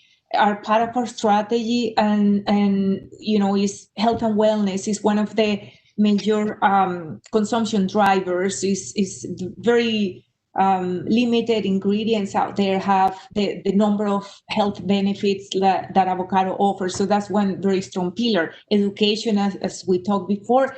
And then, of course, building the Avocados from Mexico brand, which is a really hard work that our brand team has to do, because it's an origin, but it's also a brand. So our messages are going to stay where supporting the consumer by, this is something that we did, that, it's not in our portfolio, but it's a message that the consumer needs to hear, which is, wash your hands, wash your fruits and vegetables. We use our media to thank the first responders. So we're really getting very kind of aligned with what are the sentiments of our consumers, and just being, stay and stick with our main messages. For next year, we will continue to work and make our first party data stronger, not necessarily to acquiring more users ID. We think that we have the consumer demographic and the consumer target group that we have, and that's who we want to talk to. But it's making those profiles richer and richer and richer, learning more from them and about them so we can serve them better. Nice. Yeah, that makes sense. And there's actually a great follow-up question from the audience that I think really ties in well to that. It says, when it comes to communicating with your consumers, how do you think about brand purpose, and how does that impact your approach to marketing? Yeah, so that would be a better question for the brand team, but they are very in tune with what is the brand purpose, what is the brand purpose of the organization, what our products stand behind, what it means, other than we don't want to be a commodity, right? We're trying to build a brand. So definitely brand purpose is at the one of the top priorities of our brand team, and they embed that message and that purpose within any of the advertisings that they do to support and build that brand. Right. What do you see as the biggest future challenge to retail and e-commerce, and what is the biggest opportunity? I think some of the challenges are the same that are the opportunities, right? And I will say, for example, the technology, they're going to come into the market and into the marketing ecosystem a lot of new technologies, and now marketers have a bigger challenge, which is getting to know each of those new technologies and how to use those for the benefit of the brand, the consumers, etc. On the other hand, it's also a huge opportunity. So I remember it was a couple of months ago or whatever, but when everything started happening with COVID, I had several calls with large technology partners, and they did a lot of, wouldn't say a traditional focus group, but they call it happy hour, whatever. But it was to pick our brains of brands, like what are you needing, what are you moving forward, how are you pivoting, so all that. They took it to the drawing table and are coming over, working right now as we're speaking with new solutions, and that's great, because there's, I read the other day, the greatest transformation are preceded by chaos. We are in chaos right now, but as an optimistic as I am, I know that we are headed into one of the greatest transformations that our industry has seen in decades. And that is all coming and taking shape right now. And that is fascinating. Hopefully we get out of this situation very, very soon. There's a lot of people suffering, and that's really sad. But I think that what we're going to have after will be pretty amazing in the most positive way. Yeah, absolutely. I think we're seeing not just from, the food, produce, or CPG space innovation, but kind of innovation across the board that's coming out of this chaos. And I think it's really going to be interesting to see kind of like over time, the change that is essentially is really accelerated. Absolutely. Another question from the audience. Does Avocados from Mexico ever approach marketing from a partner standpoint? And have you seen any success there? I'm guessing that kind of like borders a little bit into shopper marketing, but curious to hear your thoughts around that. Yeah, we work a lot with partners. We actually have in our homepage, in somewhere in our homepage, around the middle, you can go to area called the Salad Hub.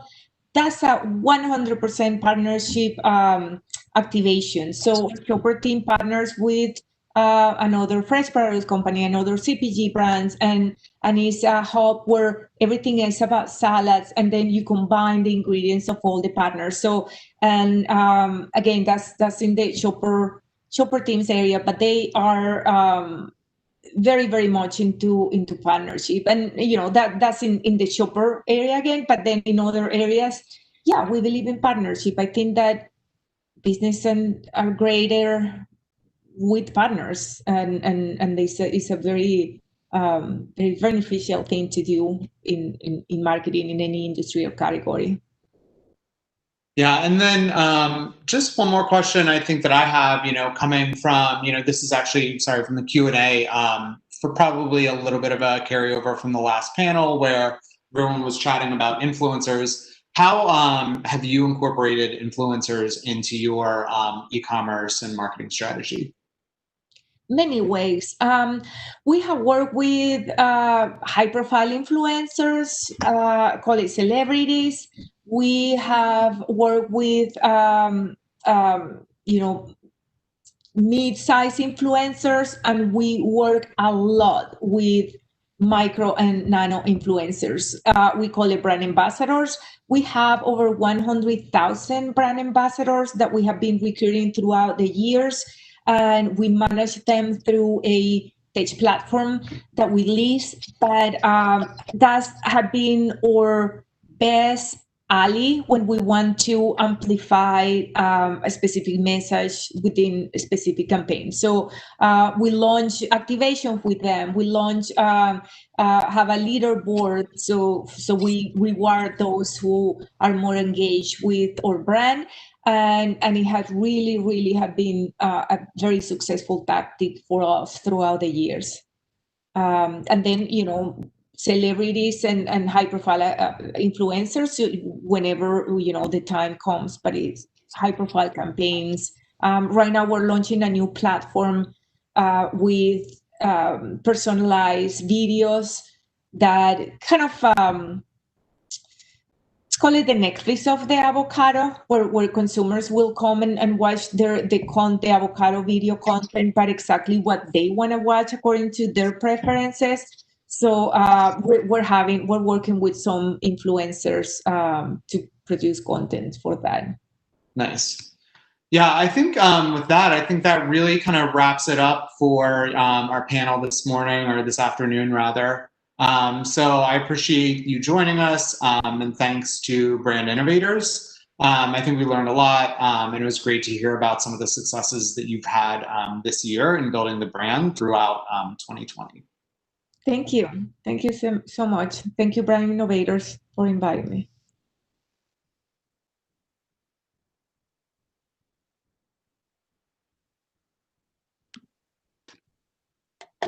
All right. Thank you, Yvonne and Nate, for joining us today. Hi, everybody. My name is Annie Fay. I'm our Senior Director of Content and Community. I will be hosting our latter half of today's incredible sessions. So please don't forget to submit your questions for our next speakers. I am very excited to introduce Tanya Namarek, who is the Vice President of Brand Marketing at 1-800flowers.com, who is going to be moderated today by Shadarupa Chatterjee, the Senior Product Marketing Manager at Cloudinary. Hi, Tanya. How are you? Hey, good afternoon. How are you? Hi, good to see you. Same here. Shadarupa. We're so excited to hear you guys speak today. Thank you so much for joining us. Thanks for having me. Awesome. All right, so Shadarupa, if you can just unmute yourself. There we go. All right, well, I'll pass the virtual mic over to you, and I'll come back once you wrap up.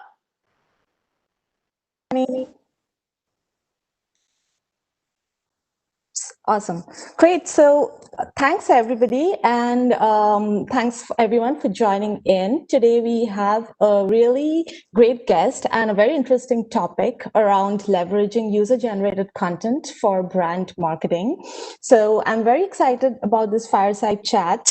We'll spend about the next 35 minutes or so having a conversation around this topic, and we'll also be taking audience questions towards the end of the session. So with that, let's dive right in.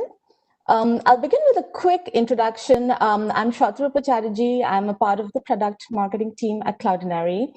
Cloudinary is a media experience platform which is used by a variety of companies in e-commerce, media and entertainment, travel and hospitality to manage their entire image and video lifecycle. So all the way from storing assets to transforming and personalizing them for use on the website or in marketing campaigns, and then finally delivering them to the end users' devices. Today, our guest is Tanya Namarik, Vice President of Brand Marketing at 1-800-Flowers.com. Tanya has spent over 16 years with the organization and has held various positions within the interactive brand communications and partnership teams. So big thank you, Tanya, for joining us. Really excited to have this discussion going. So I'd love to turn this over to you, and if you could maybe give us a quick intro and talk a little bit about your career journey. Sure, absolutely. Thank you. I started off in media planning in the city, so I was very eager when I saw a role open at 1-800-Flowers, specifically back in 2004. It was one of the few brands that were very digital first. It was a .com, so really looking for a change and looking for a brand that was looking to take digital as their first approach. So I started, as you mentioned, in an interactive marketing and a search capacity, and then moved into brand communications and then into marketing planning. That's awesome. Thanks for sharing. So would love to hear a little more about your journey at 1-800-Flowers and also maybe a little more about how the teams are structured. I was actually on your website the other day and I noticed that there are several brands that are featured on the tops like Harry & David, Simply Chocolate, and so on. So would you share a little bit more about how your company is structured and what brands you and your team manage? Sure. So the way that leadership looks at our brand portfolio is we are a celebrations brand. So we have complimentary gifts to help you celebrate any of life's occasions. I specifically am responsible for the brand planning for 1-800-Flowers Consumer. And under that umbrella is 1-800-Flowers Personalization Mall, which is a recent acquisition that we had this past August, Sherry's Berries, which is another new brand that we brought back last year, and Fruit Bouquets.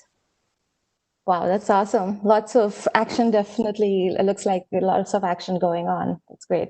Cool. So would now kind of love to transition a little bit into the specifics around the brand marketing function. So to start with, could you maybe share some insights around what a brand leader focuses on a day-to-day basis? There's a lot of things. I think as a brand leader, you have to wear a lot of different hats. I specifically am responsible for strategy and development of cross-functional marketing plans. So what that means, I'm involved in overseeing the team responsible for everyday business growth, our offline investments in TV and radio, building go-to-market strategies across our channels for seasonal periods.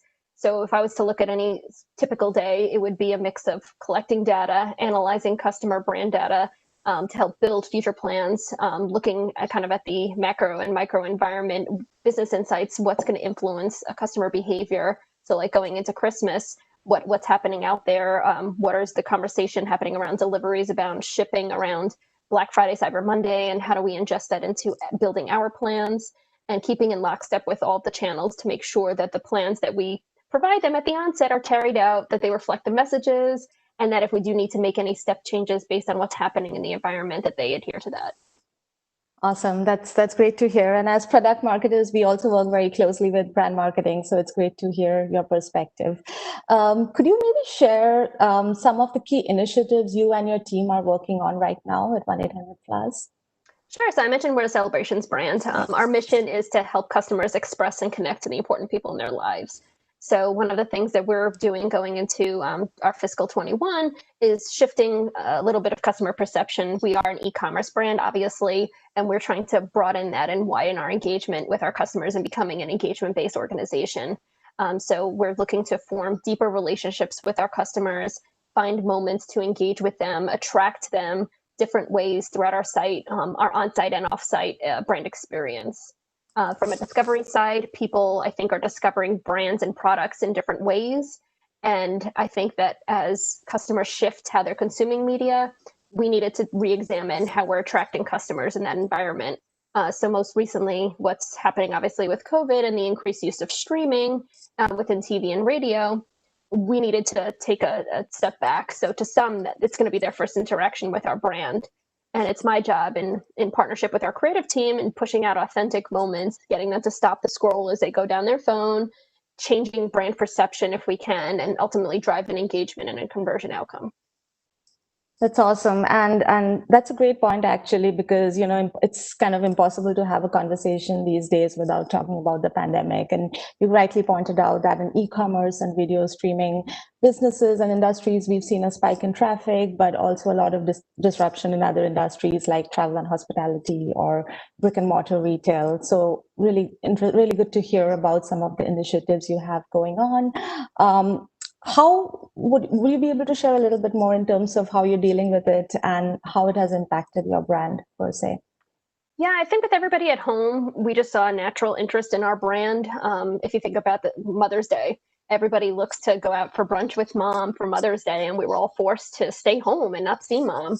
So customers turned to us to help celebrate the millions of moms across the country and have that virtual connection with mom.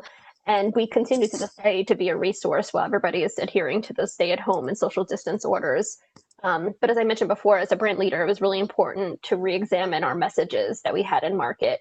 Our mission is to deliver smiles, and it felt somewhat tone deaf when everybody, and given what was going on around us, we couldn't go in market with that message, so we needed to adjust.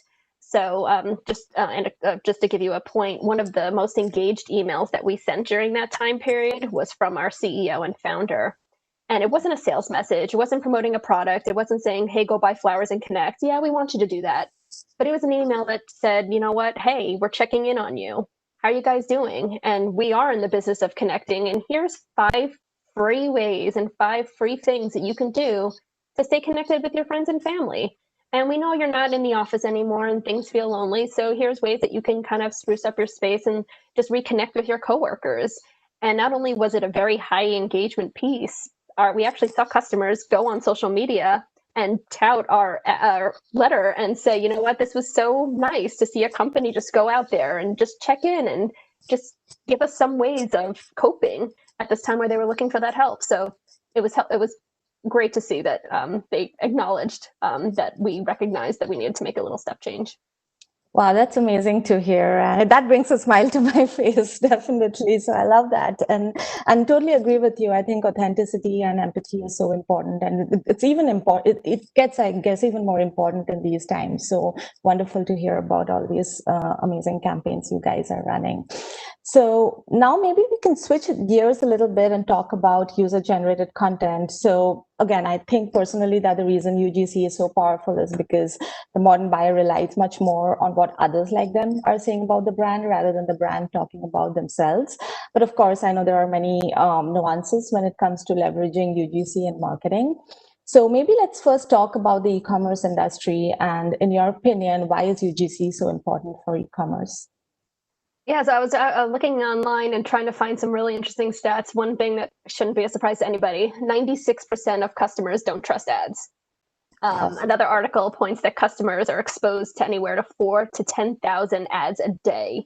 So you're seeing these inauthentic blasts of messages every day. So how do you get your brand to stand out? How do you get somebody to think about you any differently? So obviously, as an advertiser and brand advertiser, it's more important for us to find those ways to not only reach customers, strike an emotional chord, get a response. Like I said, stop the scroll, get a like, get a click, get a purchase, get an interaction. And one way that we've been combating that is through the collection of UGC. And internally at Flowers, we define UGC as any type of content that's been created or put out there by contributors, customers, and we bucket them into 4 different categories, either a visual UGC, like a video or a photo, a testimonial or comment, reviews, and engagements, like entries into sweepstakes and such. Got it. That's awesome. And I know you touched upon it a little bit, but just for the benefit of our audience, if you could maybe summarize in maybe what in your mind are the top 3 benefits of doing UGC? So one of the other stats that I found in my looking through the internet, 90% of shoppers report that user-generated content influences their purchase decisions. So why is it powerful? Because it puts the customer front and center. People trust people. They like to see themselves. So using stories that are generated by customers can help change how a brand is perceived in their words, not in the brand's words. So when you see someone who looks like you, it becomes relatable. You see from a business side, we've seen stronger response rates, stronger conversion rates, and channels where we're able to integrate our customer content. So we've pulled it in emails, we've pulled it in videos and display. Not only does it elicit a stronger response, but it also allows us to connect with our customers and our recipients of our products. We ask them to share stories, share interactions with our brand. So it gets a better response, and we're also learning more about how to make our brand better. We open up a conversation, and again, going back to becoming engagement-based, we're deepening our relationship and developing a relationship with these customers. And that's what we're all about, relationships and expressions. And that needs to come forward, like you said, authenticity. It needs to come forward in how we interact with them. We can't just talk the talk, we have to do it. And I think I mentioned this to you the other day. An example I saw was with Delta, where they started to promote tweets. So obviously with everybody scared to get on an airplane during COVID, rather than they themselves talking about the checklist that they have in place to make their airlines safe to fly, they were taking their customers' words and their positive experiences with Delta and how they were managing in-flight safety. So to me, as a consumer, I think it's more effective if I'm hearing it from somebody who sat on that plane rather than Delta standing on their soapbox and talking. And I kind of equated that in my head to, if I'm in a town and I want to go somewhere to eat, am I going to go to Yelp and look at the best reviewed, 5 stars, 1,000 people said it's the best place, or am I going to go to the pizza place that says, hey, best food in town? I'm probably going to listen to everybody's opinions because they've seen it firsthand. 100% and 100% agree with you, and great stats as well. So thanks for sharing that. So maybe pivoting a little bit into now, what are some of the challenges that marketers must consider when they are leveraging UGC? There definitely are challenges. One, does it support your brand mission? So you can't, one example that I came across, you can't create a hashtag and expect it to do what you want. The example I came across was McDonald's. So they paid to be a trending story on Twitter promoting hashtag McD stories, and they encouraged customers to share their stories and experiences. Well, they didn't expect all the trolls to come out and talk about how the food makes them sick and how they saw their McDonald's worker throwing the food on the floor and then picking it up. So it completely backfired on them. And I think to this day, they're still getting people using that hashtag. So you have to be careful how you're using it and where you're leveraging it. Is it brand safe? It could be. You have to have the right tools in place. So there's tools that'll help you parse out keywords, context, or you can have internal resources whose job it is on the day-to-day to approve the assets before they go live, because you don't want to be having a great placement on your homepage and then have inappropriate or even competitive brands maybe pulling up on your feed. Quality is another challenge or concern. For us, we got really great content and we wanted to pull it into some of our direct mail pieces, but we realized, oh goodness, it's not high enough resolution. We can't use it. So just being mindful of, you're going to get great stuff and you can use it in some places, but not all of your channels. It's never going to blow up to a big outdoor billboard. I think the last one that we learned our lesson, do not post or publish without permission. So I encourage everybody to consult legal teams, making sure you're adhering to all the rules, because not only will you have one influencer or customer scorned, but the community will rally together and realize quickly how you're approaching relationships. Absolutely. Those are great points. So maybe segueing a little bit into the fact that, as you mentioned in UGC, there's always the risk that some, untoward or inappropriate content may make its way into the site. So at 1-800-Flowers, how do you guys moderate UGC and ensure that nothing inappropriate makes its way to your site or social media? So we have both human and machine tools. So we get over 5,000 pieces of content every month that need to get reviewed to some extent. So some of them are reviews, some of them are photos. And as I mentioned, we have tools in place that have both human and machine touch points against pre-approved guidelines that we provide beforehand before they're able to go live on site or being used across other channels. That's great. And yeah, I absolutely agree. And even, at Cloudinary, we have customers who are also using, for example, our AI-based content moderation capabilities to automatically block inappropriate content. So that's definitely something to keep in mind. So now talking a little bit about social media and UGC in that space, I saw that 1-800-Flowers actually has, I think, more than 45K followers on Twitter and about 30K on Instagram. So definitely a lot of traction there. How do you guys leverage UGC on social media, especially at a time when content is so dynamic and kind of fast moving on many of these channels? Sure. So for us, we didn't want to really, well, obviously we're ingesting our customer submissions and we're reposting them and we're amplifying the great stories that they share with us. That goes without saying. But we also wanted to, again, deepen relationship and have a conversation. So rather than potentially starting something from scratch and ending up where McDonald's did with their hashtag #McDStories, we wanted to tap into a conversation that was already happening out there. So we knew early on that customers love to talk about getting flowers. It's a badge of honor when you get your roses delivered to the office, when you get this big bouquet at home, and it's natural for them to just go online, tag whoever sent it to them, tell everybody, look how great my XYZ is. I'm so happy. So that's what they were doing, and they were using the hashtag #MadeMeSmile. So about a decade ago, we kind of were tapping into that conversation. And what we do is in our outgoing boxes, we invite our recipients of flowers to do what they typically do and get rewarded for it. They take a picture, they tag the brand, and we become part of their moment, the moment that they receive the flower, that story. So when Jane gets her flowers from her boyfriend for their anniversary and she's telling all of her friends how amazing her boyfriend is and how beautiful these flowers are, we become somewhat of like the underwriter of her story. We're part of that. And we now get amplified with her post to her network, endorsed by Jane. And to date, there's almost 250,000 uses of the tagline #MadeMeSmile. Most of them are flowers. There's other things that are in there as well, but you'll see predominantly tapping into an existing behavior was really successful for us. That's awesome. And again, I think the success of this campaign again speaks volumes to the benefits of leveraging UGC. So thanks for sharing that story. So what are some of the things to keep in mind when using UGC on social media?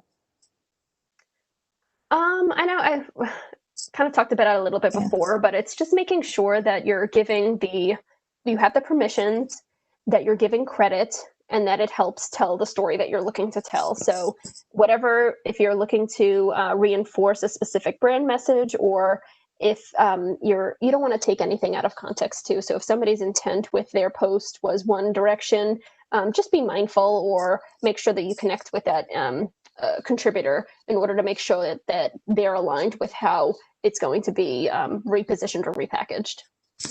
That's awesome. Yeah, totally agree. Cool. So maybe before we kind of transition into audience questions, would love to get some recommendations and best practices from you. You've already shared quite a bit, but essentially for brands in the audience who are maybe not doing UGC today, what would be some of the best practices you would recommend them in order to start adopting and start having those conversations online and on various channels? Sure. I'd definitely give customers a platform where they can brag. I think that everybody has brand ambassadors. You have to support them. Another thing that I've been doing a lot is going on TikTok every single night. And it's become a little unhealthy where I get those warnings to stop. But what I'm seeing is a lot of normal everyday folk. There's this one makeup artist. She was an up and coming makeup artist. And she was talking about how she's going to school and she really loves just doing makeup. And NARS and Laura Mercier found her and sent her these boxes and boxes of their makeup. And now she's using their makeup and reaching over 2.5 million followers. So I think it's finding those people. And there's so many out there within your existing customer file, or just putting your ears to the street and seeing who, when you look and you search for your brand in social channels, who's talking about you, who's tagging you. Having some resources internally go across the net and just see how can your brand be part and elevate that conversation that person is having. I think it's also important to use UGC to help customers validate their purchase decision. As I mentioned, people trust people, and they also trust testimonials. They want to see exactly what that experience was. So if you show them being successfully used by real people or your product being used, the path to conversion is so much stronger. We've been testing this across our site and collection on product pages to see where specifically within the purchase funnel, people are more likely to need that reinforcement. And there's also different occasions that we've noticed that people need that extra hand holding. So for Valentine's Day, it might be a little more helpful to have more customer reviews ensuring the guy, yes, it is worth spending this and she will love it, and hear from Mike and Tom and Bob, whereas something maybe for birthday or just because doesn't need as much reinforcement. Absolutely. Makes sense. And as you kind of said before, UGC is a great way to get conversations based on content. And I think, it's not just brand owners and marketers, but customer support and various folks in the organization can actually join in these conversations, engage with the audience, offer product clarifications, and kind of just start building that community. So definitely agree with you there. How do you recommend other leaders get their teams involved in these conversations with users who upload content? Well, one, I guess, different thing or different approach that we had, when we were launching our Sherry's Berries brand, we had our kickoff meeting this past summer, and it was obviously a virtual event, and we wanted to get everybody excited. So we sent everybody in our company a box of chocolate covered strawberries, and we asked them to load it on social media and tag us and tag them and use a hashtag. And it was amazing to see everybody's reaction and responses when they saw their pictures up on the big virtual screen and their peers. And not only did they kind of see the power, and we were able to kind of sell the whole benefit of having that user-generated content, but we now have a whole ton of pictures from our employees that we can now push in our channels.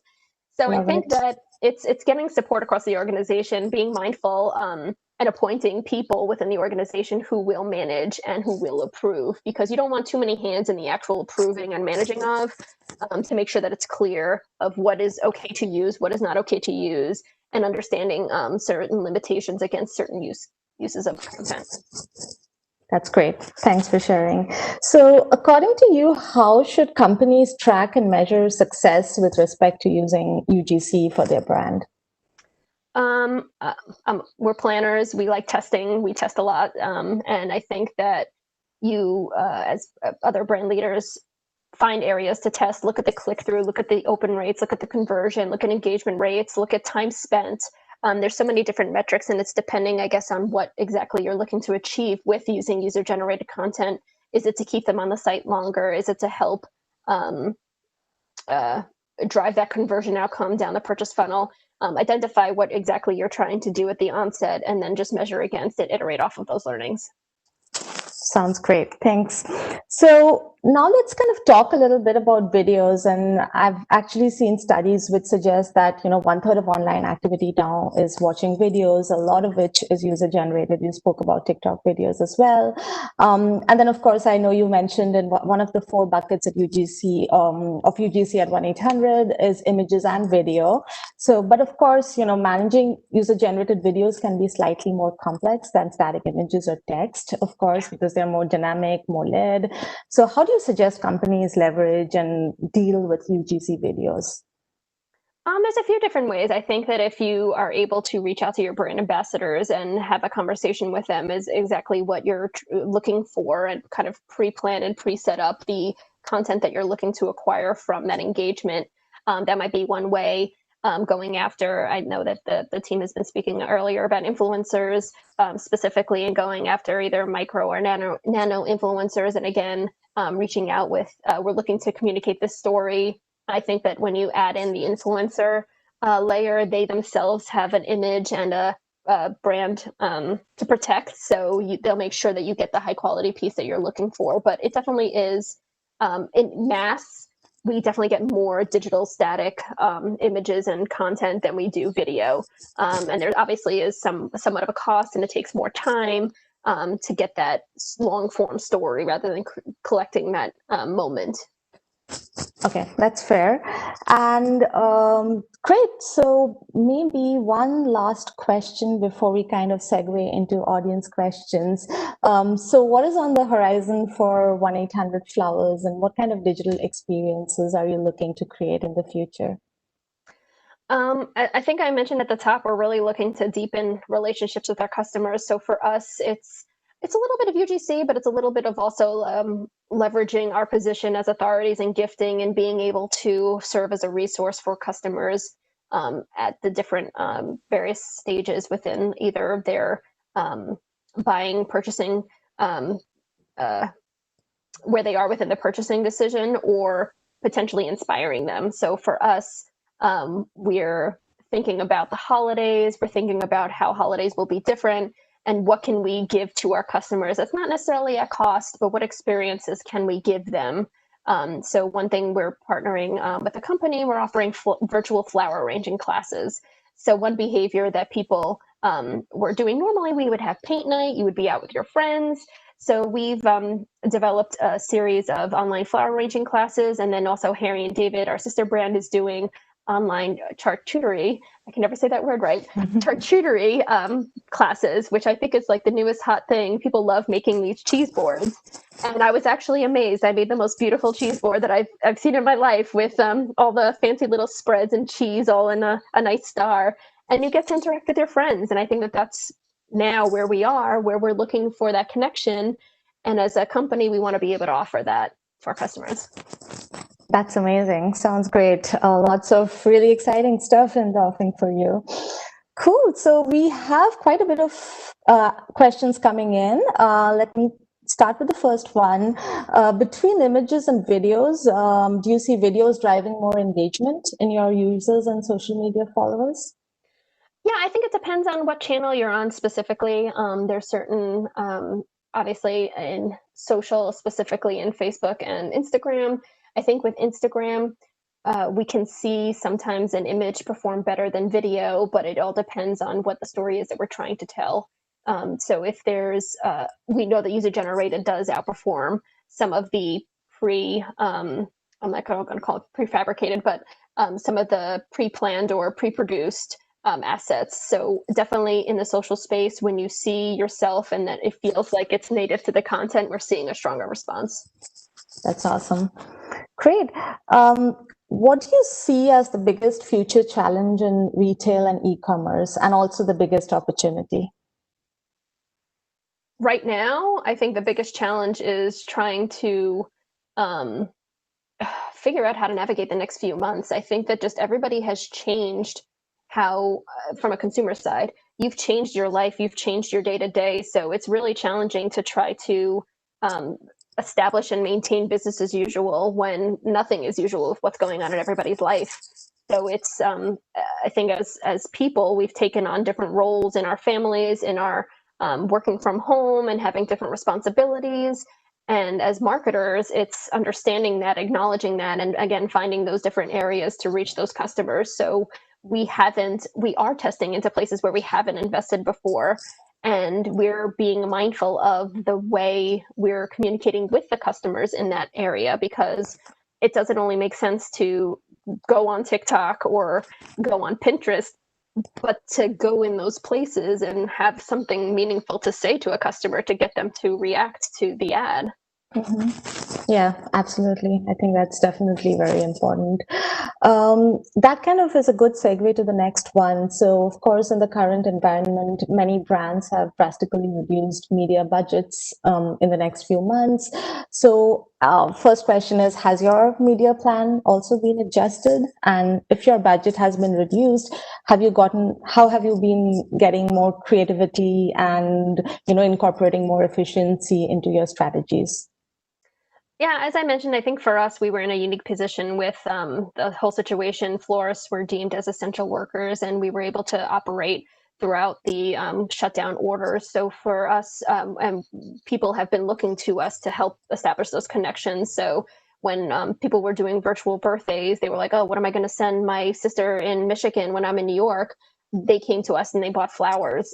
For us, we kind of took this opportunity, seeing that there was more interest in our brand, to test into those new platforms. So going into a streaming radio, into streaming TV, going into more of a content-based platform, and not necessarily making huge investments, but just dipping our toes here and there and seeing what sticks to help us understand places where we haven't been before, if they're, because of the different kind of need set from a customer side into our brand, are we seeing a different response? And for those tried and true channels, continuing to push where we can. So obviously shifting the dollars into the areas that we have the greatest efficiency. Absolutely. Great. And as leaders, you're always developing your abilities. What skills would you like your marketing team to focus on and develop this year?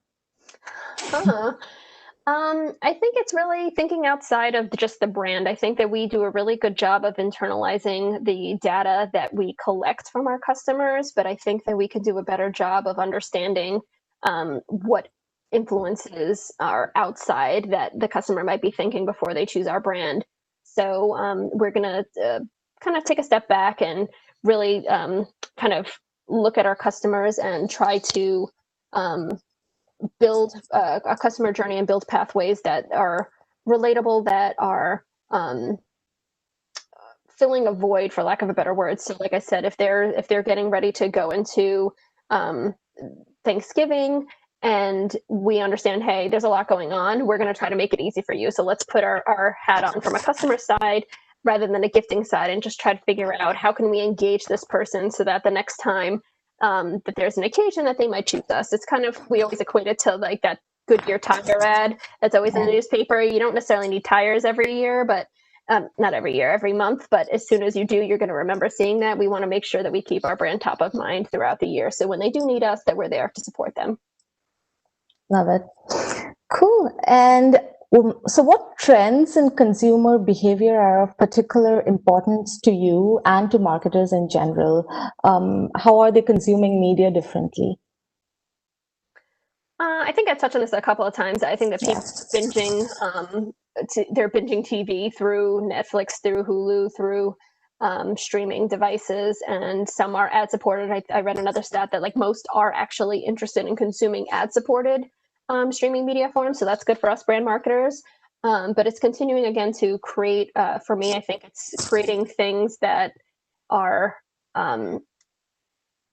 giving pause to somebody as they're viewing all of their content pieces, or being able to have them walk away feeling something different as a result of interacting with our brand. So I don't know, I think we just have to, as new platforms come up and as new places that people are going to consume media and consume news, that we're following those trends. Yeah, absolutely. And I think this totally makes a lot of sense because, to your point, there's also this whole COVID fatigue right now where, there's so much of media you can consume, and after a certain point you kind of want to shut down and take a break, and then how do you do that? So definitely agree with you. I think the next question, again, you spoke about this a little bit, but given the fact that, with the pandemic, consumer behavior has changed quite a bit, do you find that people are treating special occasions as extra special now because of how much our day-to-day life has changed? Absolutely. I think that I'll internalize it. I don't put decorations at all, and I find myself wanting to put Halloween decorations outside my house. I feel like as parents, you kind of want to keep the spirit of these occasions for your children. For Halloween, yes, it's banned in school. They're not doing Halloween parades. So I think that we will go over the top. I think in another conversation I had recently, we were talking about Christmas. And I think what triggers Christmas for me is when I'm walking through the mall and I see Santa and I hear all the music. And we're not going to have that this year. So I feel like as consumers, we're going to go a little bit over the top. And I am a very big supporter of decorating early for Christmas. And there are some really fun stats about people who decorate for Christmas early. They're happier people. And I think it gets the spirit going. I feel like after Halloween, we're going to see Christmas trees going up. We're going to see wreaths on the door. And I'm here for it. I'm supporting that. I love that. I'm right there with you. I think, this is actually, and I was telling this to my husband the other day, this is kind of a different way to look at the way we've always celebrated various festivals, right? Be it Christmas or Halloween, how can we kind of move all the celebrations indoors, and kind of, even though we are in a home setting and we can't go out much, but there's still things we can do thanks to, our various platforms that we leverage, like Zoom and so on and so forth, connect with family and stay in contact. So definitely agree with you there. Well, all of our traditions are going to be challenged this year, where trick-or-treating is going to look different, and how we approach Thanksgiving is going to be different. And I think that it's okay, but at the same time, we're somewhat going to hold on to those traditions, and we're still going to want to make grandma's cookies, even though grandma's not going to be here. And we're still going to want to make sure that we have the tree all decorated, even if we don't have a tree. We'll find one. We sell them at 1-800-Flowers. So I think that it's upholding to traditions. It's creating new traditions. It's staying connected. Like you said, there's Zoom. There's so many tools out there. I FaceTime multiple people every night just to keep the conversation going, letting people see the family members, and just maintaining somewhat of a normal state. Absolutely. Great. So going to my next question, the influencer space has seemingly become more and more crowded and packed with noise. So what challenges does that present, and how do you foresee micro influencers being more heavily incorporated in the future? From a personal consumption side, I think that micro-influencers are much more effective than going after. I think there's a role for everything. I think that there is a role to engage a macro-influencer and getting that really big reach outcome. But I think it's also about that relationship that's established. It's not, I don't feel like it's as strong doing that one and done type of approach, but it's finding those right people that you can lean on and that truly support your brand. So it goes back to the UGC conversation we had. It's really building an authentic relationship and collecting content and working with them. And I think that when you establish those, there's so many partners out there to help from an influencer side, but it's really finding those real connections. And those are the long-lasting influencer relationships that the brand can continue on. And it's taking it a little bit off of the social space and off the blog, and seeing how you can truly connect as a brand with those people. Absolutely. Great. So this is actually a great question, and you and I chatted about this a little bit yesterday as well. So when it comes to UGC, is it advisable to ensure that the content is up to brand standards and guidelines, or does it make sense to keep it more authentic and fresh? It depends. I guess it depends on which channel you're using it for. As long as it can be not necessarily to the T against certain guidelines. And again, for us, I feel like if it's in the social space, there might be some greater leniency where there's acceptance over the way certain things look. So we might not normally have a bedroom scene that's on our homepage, but that makes sense to see the flowers in a bed, because that's her natural state of where she keeps her flowers in a social feed experience. But so I think it depends. I don't think there's any set. It's not black or white. It kind of depends on what the channel is, what the content is, and how far off from that guideline are you willing to go, and is it? Absolutely. Sounds good. And this is probably my last question. How do you manage UGC content in all the different platform and channels without having to resize and work on different browsers and so on?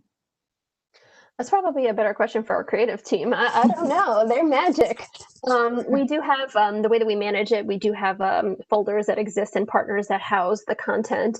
And the way that we as a brand team go to the other channels, we have, again, documents and folders that we give the teams access to, that they can pull in the assets and include it within their creative briefs. So we have internal creative team members that each channel will submit a brief to, that they can attach the image, and the creative team will do their magic and resize it for their channel. That's awesome. Great. And that's maybe I can chat a little bit more on this point, because what a lot of our customers actually do is by using our platform, they actually ensure that you can kind of ensure that consistent look and feel. You can resize images or videos in the right formats and have kind of the right effects and sharpness, and add those minor improvements so as to make all the assets look good without kind of degrading the quality as well. So definitely, I think to your point, it's a mix of kind of using the right technologies, as well as also having your team members kind of manually do some of the work and review and moderate and so on and so forth. Awesome.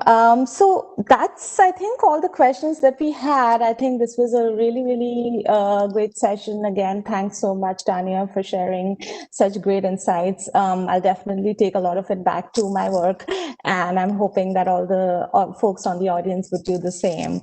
And also a big thank you to Brand Innovators for having us today. Really enjoyed this conversation.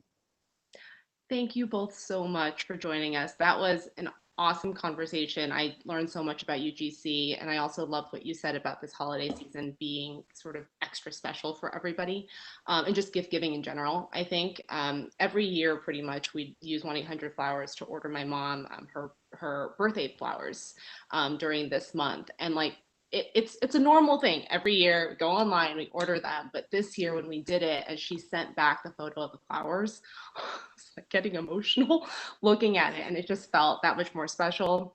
I have a giant glass pumpkin in my kitchen, and I'm already pulling out the holiday decorations. So I Wonderful. totally Thank you for being a customer. yeah, thank you. Well, thank you both so much for joining us today. We hope that you can join us again super soon. Absolutely. Thank you so much for having. Thank you. Thank you. All right, everybody. So let's move to our final session for today.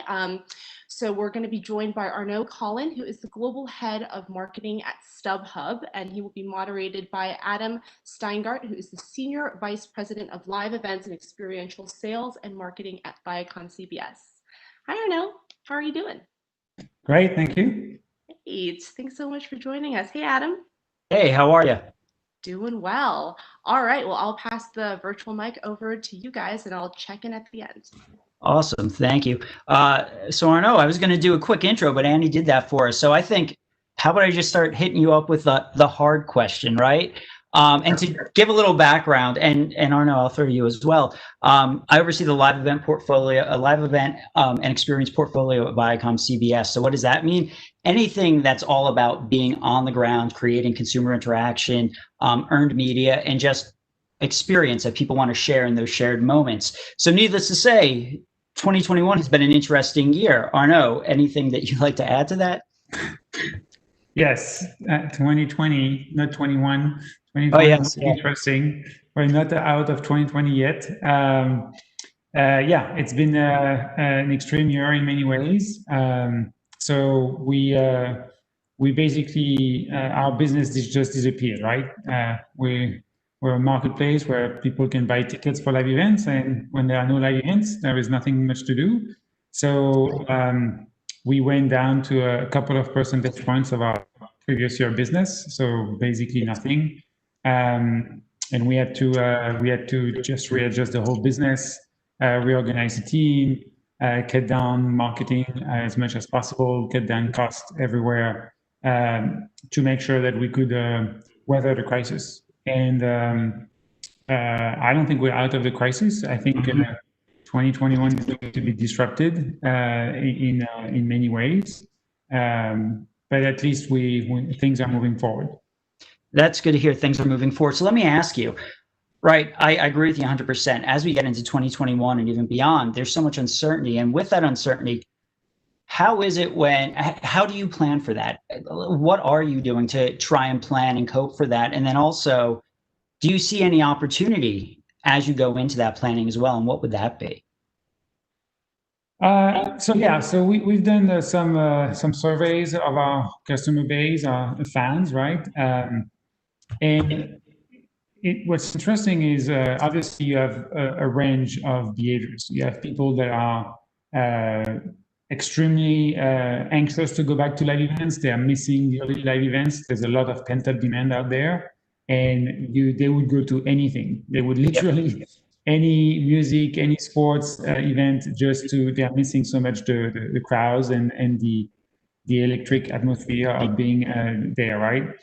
And on the other side, you have people that they have, for personal reasons, they have a family member that's in a high-risk category. They know people that have been directly impacted by COVID. They are much more risk averse, and they are not going to go anytime soon to a crowd and an event like that. What's interesting, though, is it's not. I mean, obviously, if you're young, if you're in some states, all of these elements play a role. But overall, you cannot just put people in a bucket, right? You have every type of behavior, and personal reasons are playing a role. So we have to be careful when we communicate. You cannot just assume because you are young and in Florida that you're going to be excited to go to a live event. Yeah. And vice versa, because you are older in California, you're going to be reluctant to go. So we have to be conscious of all the types of perspectives when we do communications, and especially when we reach out to customers, because some people may see us speaking about a live event as kind of pressing them to go to a place where it's risky. Yeah, I was going to ask you, so how do you go about communicating to the different sort of segments of the audience or your user base? Because it is a delicate situation, right? We had talked about this last week, where there are definitely different segments who are like, all right, let's go do this. And then you have the families or the folks who are at high risk who aren't. And you're a national platform, but you also speak very regionally to folks. So I have to imagine that creates some challenges. Yeah, it does.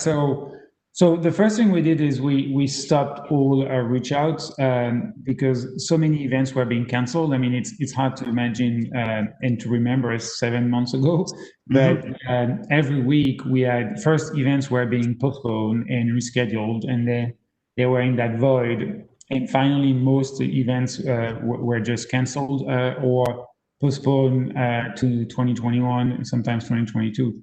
So for the first couple of months, we basically stopped doing reach out and marketing, even emails, because we didn't want to push people to buy even tickets for that were likely to be canceled or rescheduled.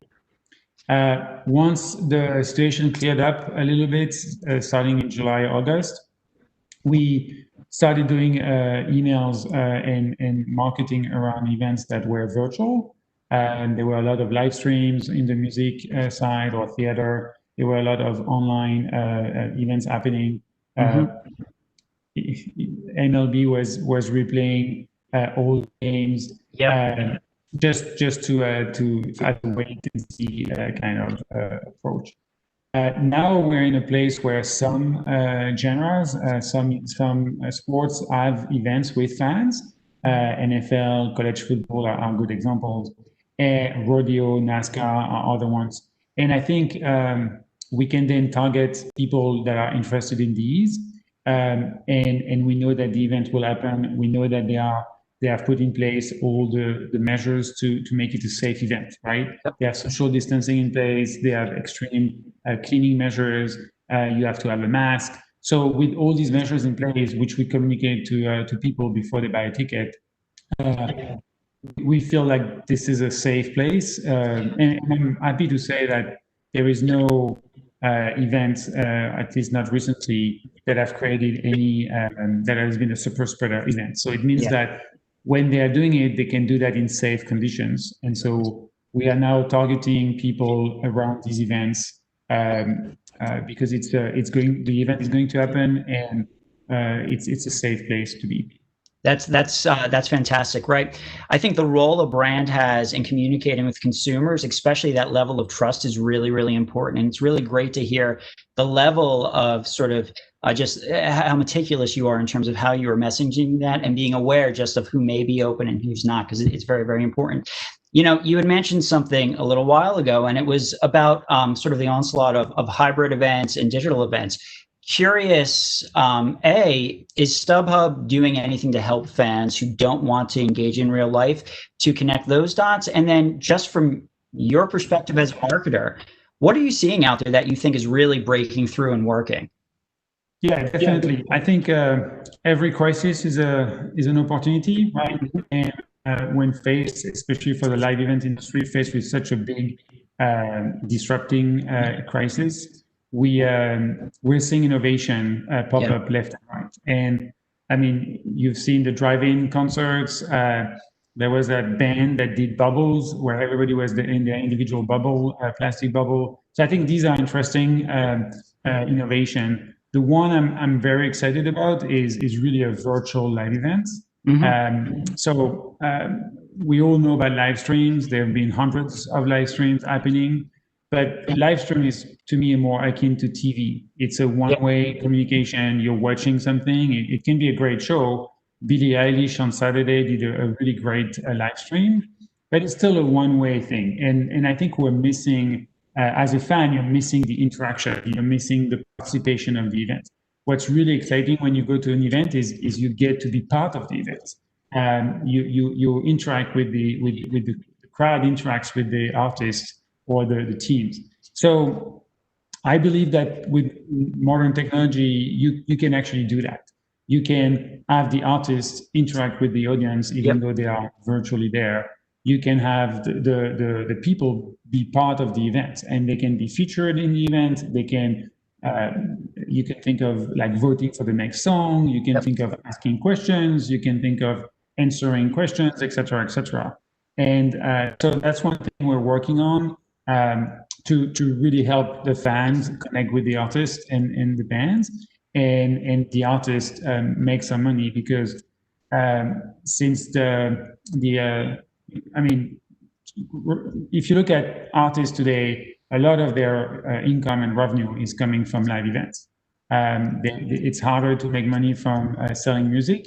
And at the end of the day, if they cannot do live events, they cannot sell merchandising, they cannot connect with their fans, they cannot get new fans. And I think we have a role to play there to help them. I agree. And, you know, you said several really, really interesting things. And one of the things I want to call out is it's sort of like this idea of connectivity, right? Like a live stream is a live stream is a live stream. And I love the fact that you're calling out that this has to be more than that. And I think it's very important because you want to create community. You want to make people feel like they're connected to something and having a fun time. Are there things that you're doing as part of your strategy to ensure that you are connecting those dots so that there is community and interactivity? Because, right, like it feels so low-hanging fruit, but it isn't always happening out there. No, that's true. So I think one band that is doing it really well is BTS. They actually did an event with 100 million people, which seems mind-boggling when you think of it. And all of these fans, I mean, BTS is well known for really being engaging and having a really broad fan base. They were all able to interact. In their case, they were able to submit short videos, and these videos were then displayed in the concert in the background. And so that's one of the things we're looking at, right? You can create a fan wall if you want. In the same way that when you're in a stadium, you have a camera showing the audience and people are jumping around when they're on the big screen, you can do something similar online. I think in a smaller setting, you can create a VIP, maybe a pre or post show, a VIP package that enable people to ask questions directly to the artist and create that real proximity that would be harder to have in the real world. And there would be new things that still have to be discovered and tested. And it may depend also on what the artist wants to do, because they are not all the same. Totally. I agree with you that. And the other thing you said is one of my favorite phrases, but it's this notion of exclusivity. Suddenly going into this hybrid model, this idea of new exclusivity or access or streamlining access to talent becomes much, much easier to do. And it incentivizes, right? Like everybody now gets to be a VIP. Right? As a marketer, how does that make people feel? It makes them feel great, right? Well, also because we should always remember. I mean, it's definitely a great experience to go to a live event, right? To go to a stadium in a concert venue. But at the end of the day, not everybody can come. There are usually a limited number of spaces and tickets. It can be very expensive. If you take your whole family to see a concert for a prominent artist, you very quickly go into thousands of dollars. And unless you are able to start to pick these front row tickets, you have an average experience at the end of the day in terms of access and visibility and being close to the artist. And I think I really believe that the future of concerts, very similar to what's happening in sports, by the way, is you're going to see these hybrid events. People will still be able to go there in person, but people who cannot go because they are far or they were not able to get tickets or they don't have the means will still be able to benefit and join the event in a virtual fashion. Yeah, I agree with you. You know, you also said something else that I think is really interesting. I'd love to go into this a little bit more, but everybody thinks of StubHub as a consumer-facing product, right? Like I go there, I purchase tickets, I go to a show, and it's great. But you had alluded to the fact that you're starting to work with artists as well. Can you talk about that a little bit? Yeah, I think again, the crisis is going to reset the rules a little bit, right? So before you had the promoters, you had the managers, you had the artists, and kind of everybody had their place in their space. I think, I mean, maybe taking a quick detour, I believe 2021 is still going to be very disruptive. Yeah. You will see some sports, as we're starting to see, NFL and college football are good examples, but because they are outside. But so you will see some sports with limited capacity, and maybe in some states where rules are a bit more lax, you will see higher attendance. But that's going to still be a fraction of what it used to be, and limited to sports. I think it's very difficult for a venue to have a concert with only 25% of seats, right? It just doesn't make sense from an economic perspective. Yep. And as a result, if you add to that a virtual element, you can actually make it work financially for the band and for the fans and for the venue. So yes, I think this is going to change the way it's organized, because there will be a need to have the virtual platform. There will be a need to reach out to these fans and sell them something that's a bit different. And in that world, we feel like StubHub, we have a good brand. We have access to millions of fans. We are a destination for fans to find tickets for live events. Yep. And so yes, we are starting more and more to look at the artists, the venues, and all these actors, and help them be successful in that new world. That's fantastic. From your perspective, in terms of like these hybrid events, I agree with you. They're going to be here for the long run, right? Like, because there's this added benefit. You could be across the country and still participate in something potentially. So everybody still gets a sense of community. But as we're seeing right now, what do you think that secret sauce is, though, for that special live? Like, how does this virtual event work? Why do people want to spend time, commit, not watch Netflix or their favorite TV show, or go do something with their family? Like, how do these events still stand out so they still drive culture and conversation? Yeah, it's fair, right? Like live events, even before the pandemic, they were competing with Netflix and just staying at home and watching TV. So this is not going to be different. I think what it provides you with a different approach, right? You can watch your favorite artist with your friends at home. You can have a big screen, and very similar to what happens in sports. How many people actually go to a venue, and how many people just have a party at home? So I think you could create a similar concept, and from your home, you can have a front row experience. You can see the artist, you can maybe pick your camera angle, you can buy a more expensive package and get to ask questions after the show or before the show. You can also really create that exclusive experience by interacting and maybe voting for the next act or the next song. So I see this happening, especially for maybe the torso tail artists, right? I mean, the top artists, they are all set, they already have the ways to do things. But I'm thinking of all the up and coming artists that it's just much harder for them to do a tour because it's harder to get the venue to be full. It's harder to have fans all across the US, and they may not have the critical mass. But if you go virtual, now it's much easier. You can have a couple of dates or a couple of times, and you can cover the US or the world. You don't need a minimum critical mass to have an event. You can use that to showcase your album, and you can use that to connect to your fans or get new fans in a much more lightweight approach. Yeah. Yeah, agreed. And, you also said something else, there's been a lot of disruption in the marketplace. And I think what's really, really interesting is there was a tried and true model that was out there. You went on the road, promoters, venues, you bought tickets the traditional way, and that's how it worked.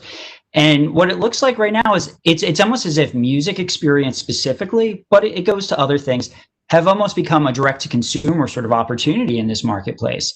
And it's interesting, right? Because now the role of promoter are brands that typically would partner with me or come to you to figure out how to do something. And to see them dip and manage it now, it's creating a lot of disruption. Like, I'm curious, like, what's your forecast on that? Like, do you think it's going to continue that way? Do you think that's going to change? Do you think we all live in harmony? Because, right, like it's easy to focus attention on this now, but is it a year from now? It is. So again, as I said, I think next year it's going to be very disrupted. And who knows, it could be longer, by the way, right? What we hear recently about COVID is it's here to stay. It's not going to magically disappear even after a vaccine. So I think we have to just get ready for COVID to stay with us, to be like the flu and be something obviously less disruptive, because we will know how to manage it. Yeah. I think there were trends. When you have a crisis like this, it's an accelerator of trends, right? It's disrupting first, but then it just accelerates trends. So if you think of telehealth, if you think of online e-commerce, online shopping for groceries, all of these trends were obviously there, and they are just accelerated with the crisis like that. I think in the live event industry, it's very similar. You had trends before that were concerning, like the price of tickets kept increasing every year. I don't think everyone can spend hundreds of dollars to go to a concert, right? It's just at some point you start making it too expensive, and I feel like this is going to give an opportunity to change the model and the approach, and give the opportunity for people to enjoy live events, connect with the artists and the bands they love, without being such a high cost for them. No, I agree with what you're saying. The innovation has been really interesting. Obviously, just how the marketplace has become saturated. I think one of the things that I've noticed, and I'm curious what your take is on this, is sort of the notion of virtual hybrid almost, right? Like, suddenly talent, you're used to, on the onset of this, everybody got in front of a couch, played a guitar, did something along those lines. But as we've sort of powered through this, you've started to see a much more sort of diversified sort of approach with talent, where they're mixing cocktails, they're doing stand-up. Are you seeing that as well? And is StubHub also getting involved in that sort of aspect of where the hybrid is going? Yeah, so I definitely agree that I think hybrid is going to happen more and more as the country reopens. You have places in the country where you can have fans. It's just a very limited number. And I think that really speaks to the usefulness of an hybrid approach. Yeah. Because if you can only have, again, 10-20% of a venue filled, it's not enough to make it worthwhile. But now if you can add unlimited number of people online and give them a good experience, that changes the approach. So I don't know how it's going to be in the long term. For sure, I think once things it will go back towards more what it used to be, but I think some of it will stay behind. I believe that you will have. What's interesting is the virtual aspect brings a lot of value. Yeah. I mean, I'm going back to Billie Eilish, which was just this Saturday, so it's fresh in my mind.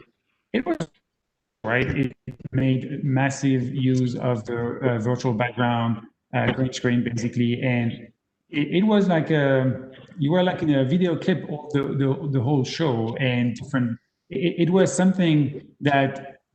In many ways, venues were trying to emulate. I went to multiple concerts before COVID, feels like ages ago, at the Trade Center here in the Bay Area, in San Francisco. And the screens behind the artists were taking precedent. Like, you end up, in many cases, just watching the screen because that's so big and so much in your face. If you go to a game, a football game, again, pre-COVID, you end up watching the screen a lot because this is where you can see details of the action, right? So I think the reality is you can emulate what it was already happening, but people were in the venue because there was no other way. I think I believe that we will see the opportunity to do that remotely. Yeah, and I have to agree with you. I think of all of the hybrid events that have been happening, a handful have been able to make a lot of really great noise. Just the earned buzz that has come across with the Billie Eilish performance, like so many people are talking about it. She hit the home run, right? Like she did it really, really well. She's found a way to get partners involved. And that's where that model's going to go until like in real life it can come together again. So let me ask you this. We've been talking a lot about where the events have gone and how it's been hybrid. Is there anything else in sort of the realm of what like StubHub is doing that you can sort of talk about, just how there's some innovation that you're looking to roll out to continue to engage consumers as we transition through this hybrid world and into this back to normal sort of world? I mean, yes, we've done a few things that are a bit more basic, if you want, like hygiene. So all the venues that have fans right now, they have pods, right? So if you go to a football game, you're buying a batch of 4 tickets. These tickets, you cannot split them because they want to keep the pod integrity. So we had to update our systems. So as a buyer and as a seller, you cannot sell them in chunks. Before, obviously, you could buy 4 tickets and sell them in ones and twos. And this is not a possibility anymore because you want to keep the pod integrity there. And this is a requirement from the NFL. So small things, but important. Another big one was, how do you convey all the criteria and the conditions that are around that game? Because you want the fan, before he or she buys, to know what to expect, to know, hey, what happens if is there a temperature check at the entrance, and what happens if I have too high of a temperature, right? I have to wear a mask. How do they clean the venue to make sure it's safe, etc., etc. So we had to bring all of that information front and center, so the fan would be informed early on, which for many people would be something they wanted to be buying confidently, and also to inform people about what to expect at the venue. Nice. And do you see that starting to be rolled out and just be standardized across industry? Because we do a lot internally just talking about like what this new normal is going to look like, and how safety, which probably was an afterthought, is now going to be added. Well, not an afterthought, but the notion of like temperature checks, washing your hands, having to go into your pocket as few times as possible, probably going to be a much higher priority or consideration set for folks who just consider what they're going to do next. Like, do you see the industry as a whole sort of going towards that, or just a handful of really smart folks saying this is what we got to do to make people feel comfortable? No, I think, again, because it's going to disrupt the live event business for a while, I think it's going to be across. I don't think a venue can have an event without having measures in place. I mean, speaking of trends that are getting accelerated, right? Digital ticketing. I think basically this is the death of the physical ticket. So everything is going to go to mobile ticketing or digital ticketing. I think we're going to have a generalization of specific time to arrive at an event. So you don't have huge queues, and you have to go to a certain gate and be between a certain time frame to be able to access the event, or you may be delayed or put on the side. So I think these things will become the norm, and they will just be imposed by the authorities for safety measures, but also by the public, who would want to have confidence that this is a safe place. No, agreed. I think those are all really, really great points, and I do agree with you.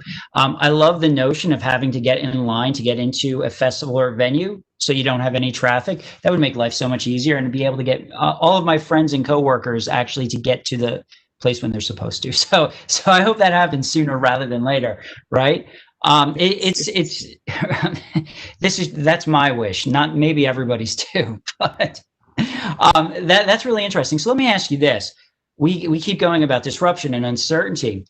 as you navigate all of this, what are some of the lessons that you're sort of taking note of, or things that you've thrown up against the wall that you think you're going to continue to move with your business as you move forward?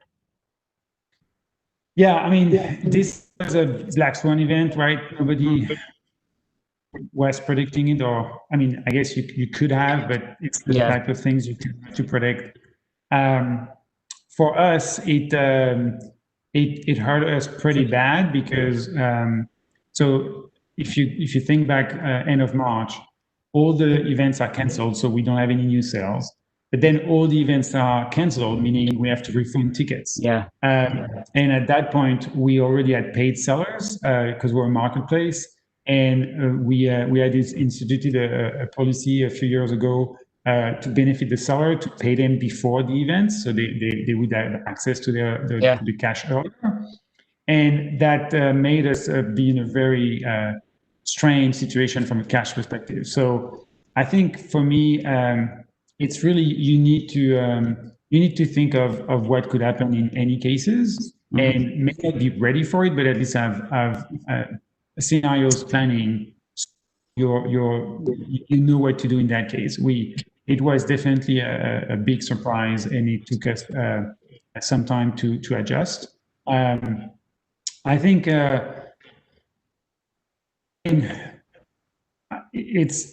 we're not out of it yet. So the reality is we still have to get really address this crisis before we can draw all the lessons from it.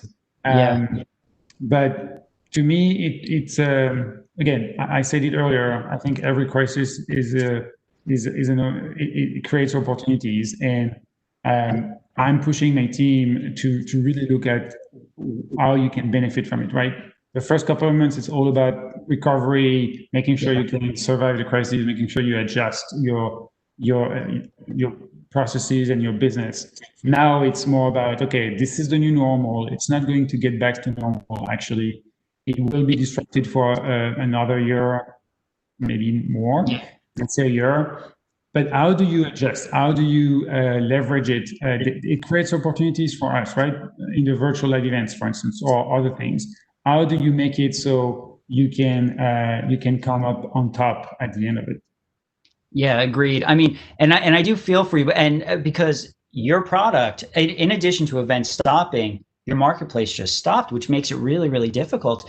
And you know, one of the things that I'm really impressed about with you is, and it's based off of how we spoke when we spoke on Friday, and just some other things that I've heard you say. It's always been about like the consumer and keeping the customer first. Like, I have to imagine that's an incredible challenge when you don't necessarily have product to give, but you still want to be a customer first or a customer centric business. Like, I agree with that notion. Like, I'm just curious, like the overall response with that, like what was that? Okay, here's how we're going to handle this. Yeah, that was the hardest thing, to be honest, is we at Suburb, we are proud to be fan first and to think from a customer perspective first. And for 20 years now, we've always think like that, putting the fan at the center of, and for instance, if you arrive at the event and there's any issue with the tickets, we'll buy a ticket at whatever price to make sure you can get in, right? And this was not about one. This is what about promise we made to you that you would get into the event. So unfortunately, this time around, the event was so big and so impactful that we had to pare down some of our policies. The refund policy, for instance, we had to change, and we're giving you a credit as a default. We're put in a position where if we had to refund every ticket, we would not be able to because of what we pay to the sellers. Yeah, but and you know, you brought this up when we spoke on Friday. I'm going out on a limb when I say this, but I would imagine people, as long as the time frame was reasonable, right? Even though it's undefined, I feel like people responded positively to that. I mean, I think there was a survey that came out recently that said ticket purchase intent is still up at an all-time high. People, rather than get refunds, want to hold on to their tickets because they still want to go to those events. Is there anything you could add to that? Yes, for sure. I think Ticketmaster did a survey where they showed, or they shared they shared publicly that 86% of ticket owners kept their tickets when an event was rescheduled. So there is definitely most people, if they can afford it, they want to keep their tickets because they still want to go to the event. There is a massive pent-up demand. I mean, everyone I'm talking to, they just say, hey, I can't wait for events to be back. And yes, they want to be safe. It's not about being crazy, but there is that gap. That's the big thing which is missing from their lives. And we are social animals, and we want to be with our friends, with the crowd, and all together. So you're right. There is. I don't think everyone was clamoring for a refund. It's just that in a perfect world, I would have loved for us to be able to keep everything the same.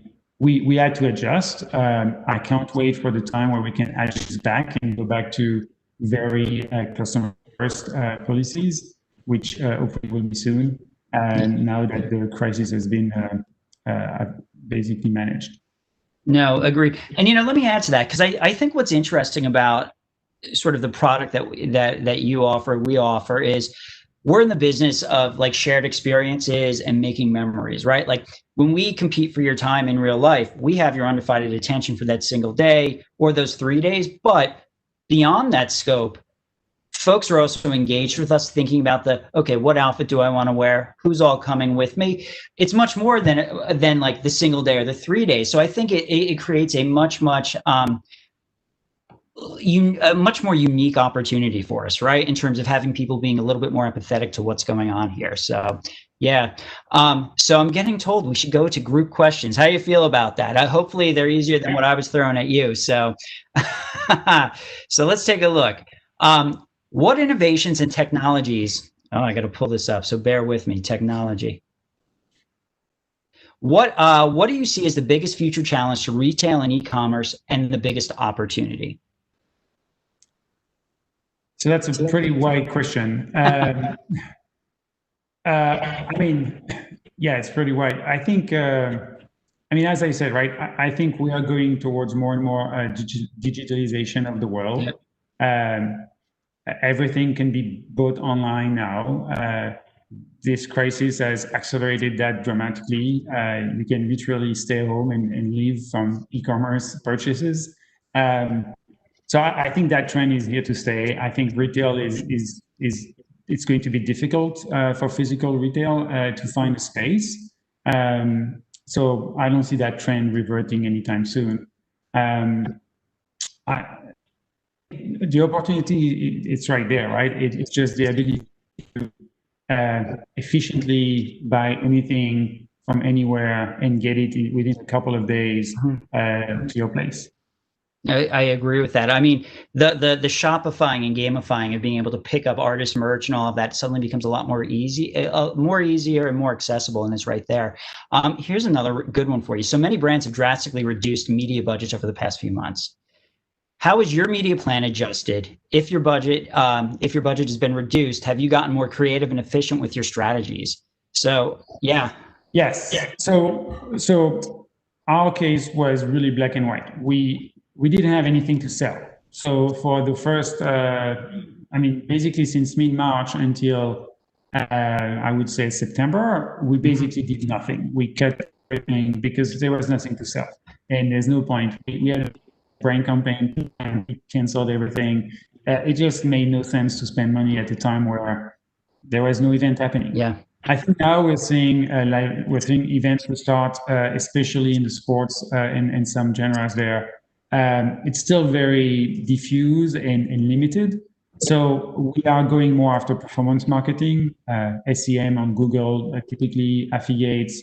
We obviously use our own channels like CRM, email, push notifications. We do a little bit of comms, PR, social media, but we have not reactivated all the other paid channels, Facebook, brand, display. And the reason is we have to be thoughtful when we reactivate these, because if you're on Google, we're targeting a certain game, right? Tickets for the next game with the Giants. This is easy because we know you're looking for that, right? So we know you're in the mood of that bucket of people that are looking to get a ticket. Now, if I'm doing an ad on Facebook or anywhere else, I don't know for sure that you are in that group of people that are eager to go back to a game. And some people may see that ad and feel like this is a betrayal, right? I mean, it's perceptions and feelings can be pretty high around the COVID crisis, especially, and it's true, right? If you lost someone or if you're at risk, me telling you should go to a game could really land really badly. Yeah. So for now, we're very cautious there. And also, simply put, the number of events is still pretty small, so it doesn't make sense to be broad. Totally. So let me ask you this: as leaders, you're always developing your abilities. What skills would you like your marketing teams to develop this year? So we had to do a pretty big transformation in the team.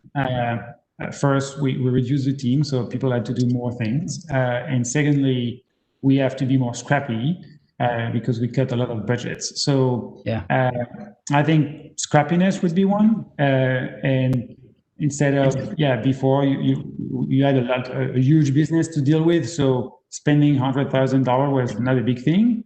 Now we have a small business and it will restart. I mean, I'm very sure of that.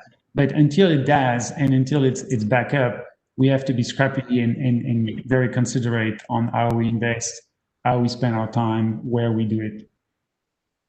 Totally. And, one of the other things that I think is worth noting as well, from my perspective, right, my team is going out there selling live events. There are no live events, but their job is to drive monetization across this portfolio that we're optimistically is saying happening. So I think what we did is we took a step back and we were like, okay, guys, you have to be a little bit more empathetic as you're going out talking to our partners, and we have to hear what they need and what they want and how we can assist them through this crisis as well, right? Like, because a lot of folks, those marketing budgets went towards keeping the lights on so they didn't have to furlough or lay people off. So for us, we've been much more about, hey, how do we go out there? How do we actually become additive to what you're trying to do and just sort of be a resource rather than sort of, hey, give us what money you have. We want to be a true friend, partner, and ally. Like, it's all about the long term rather than the short term from our perspective.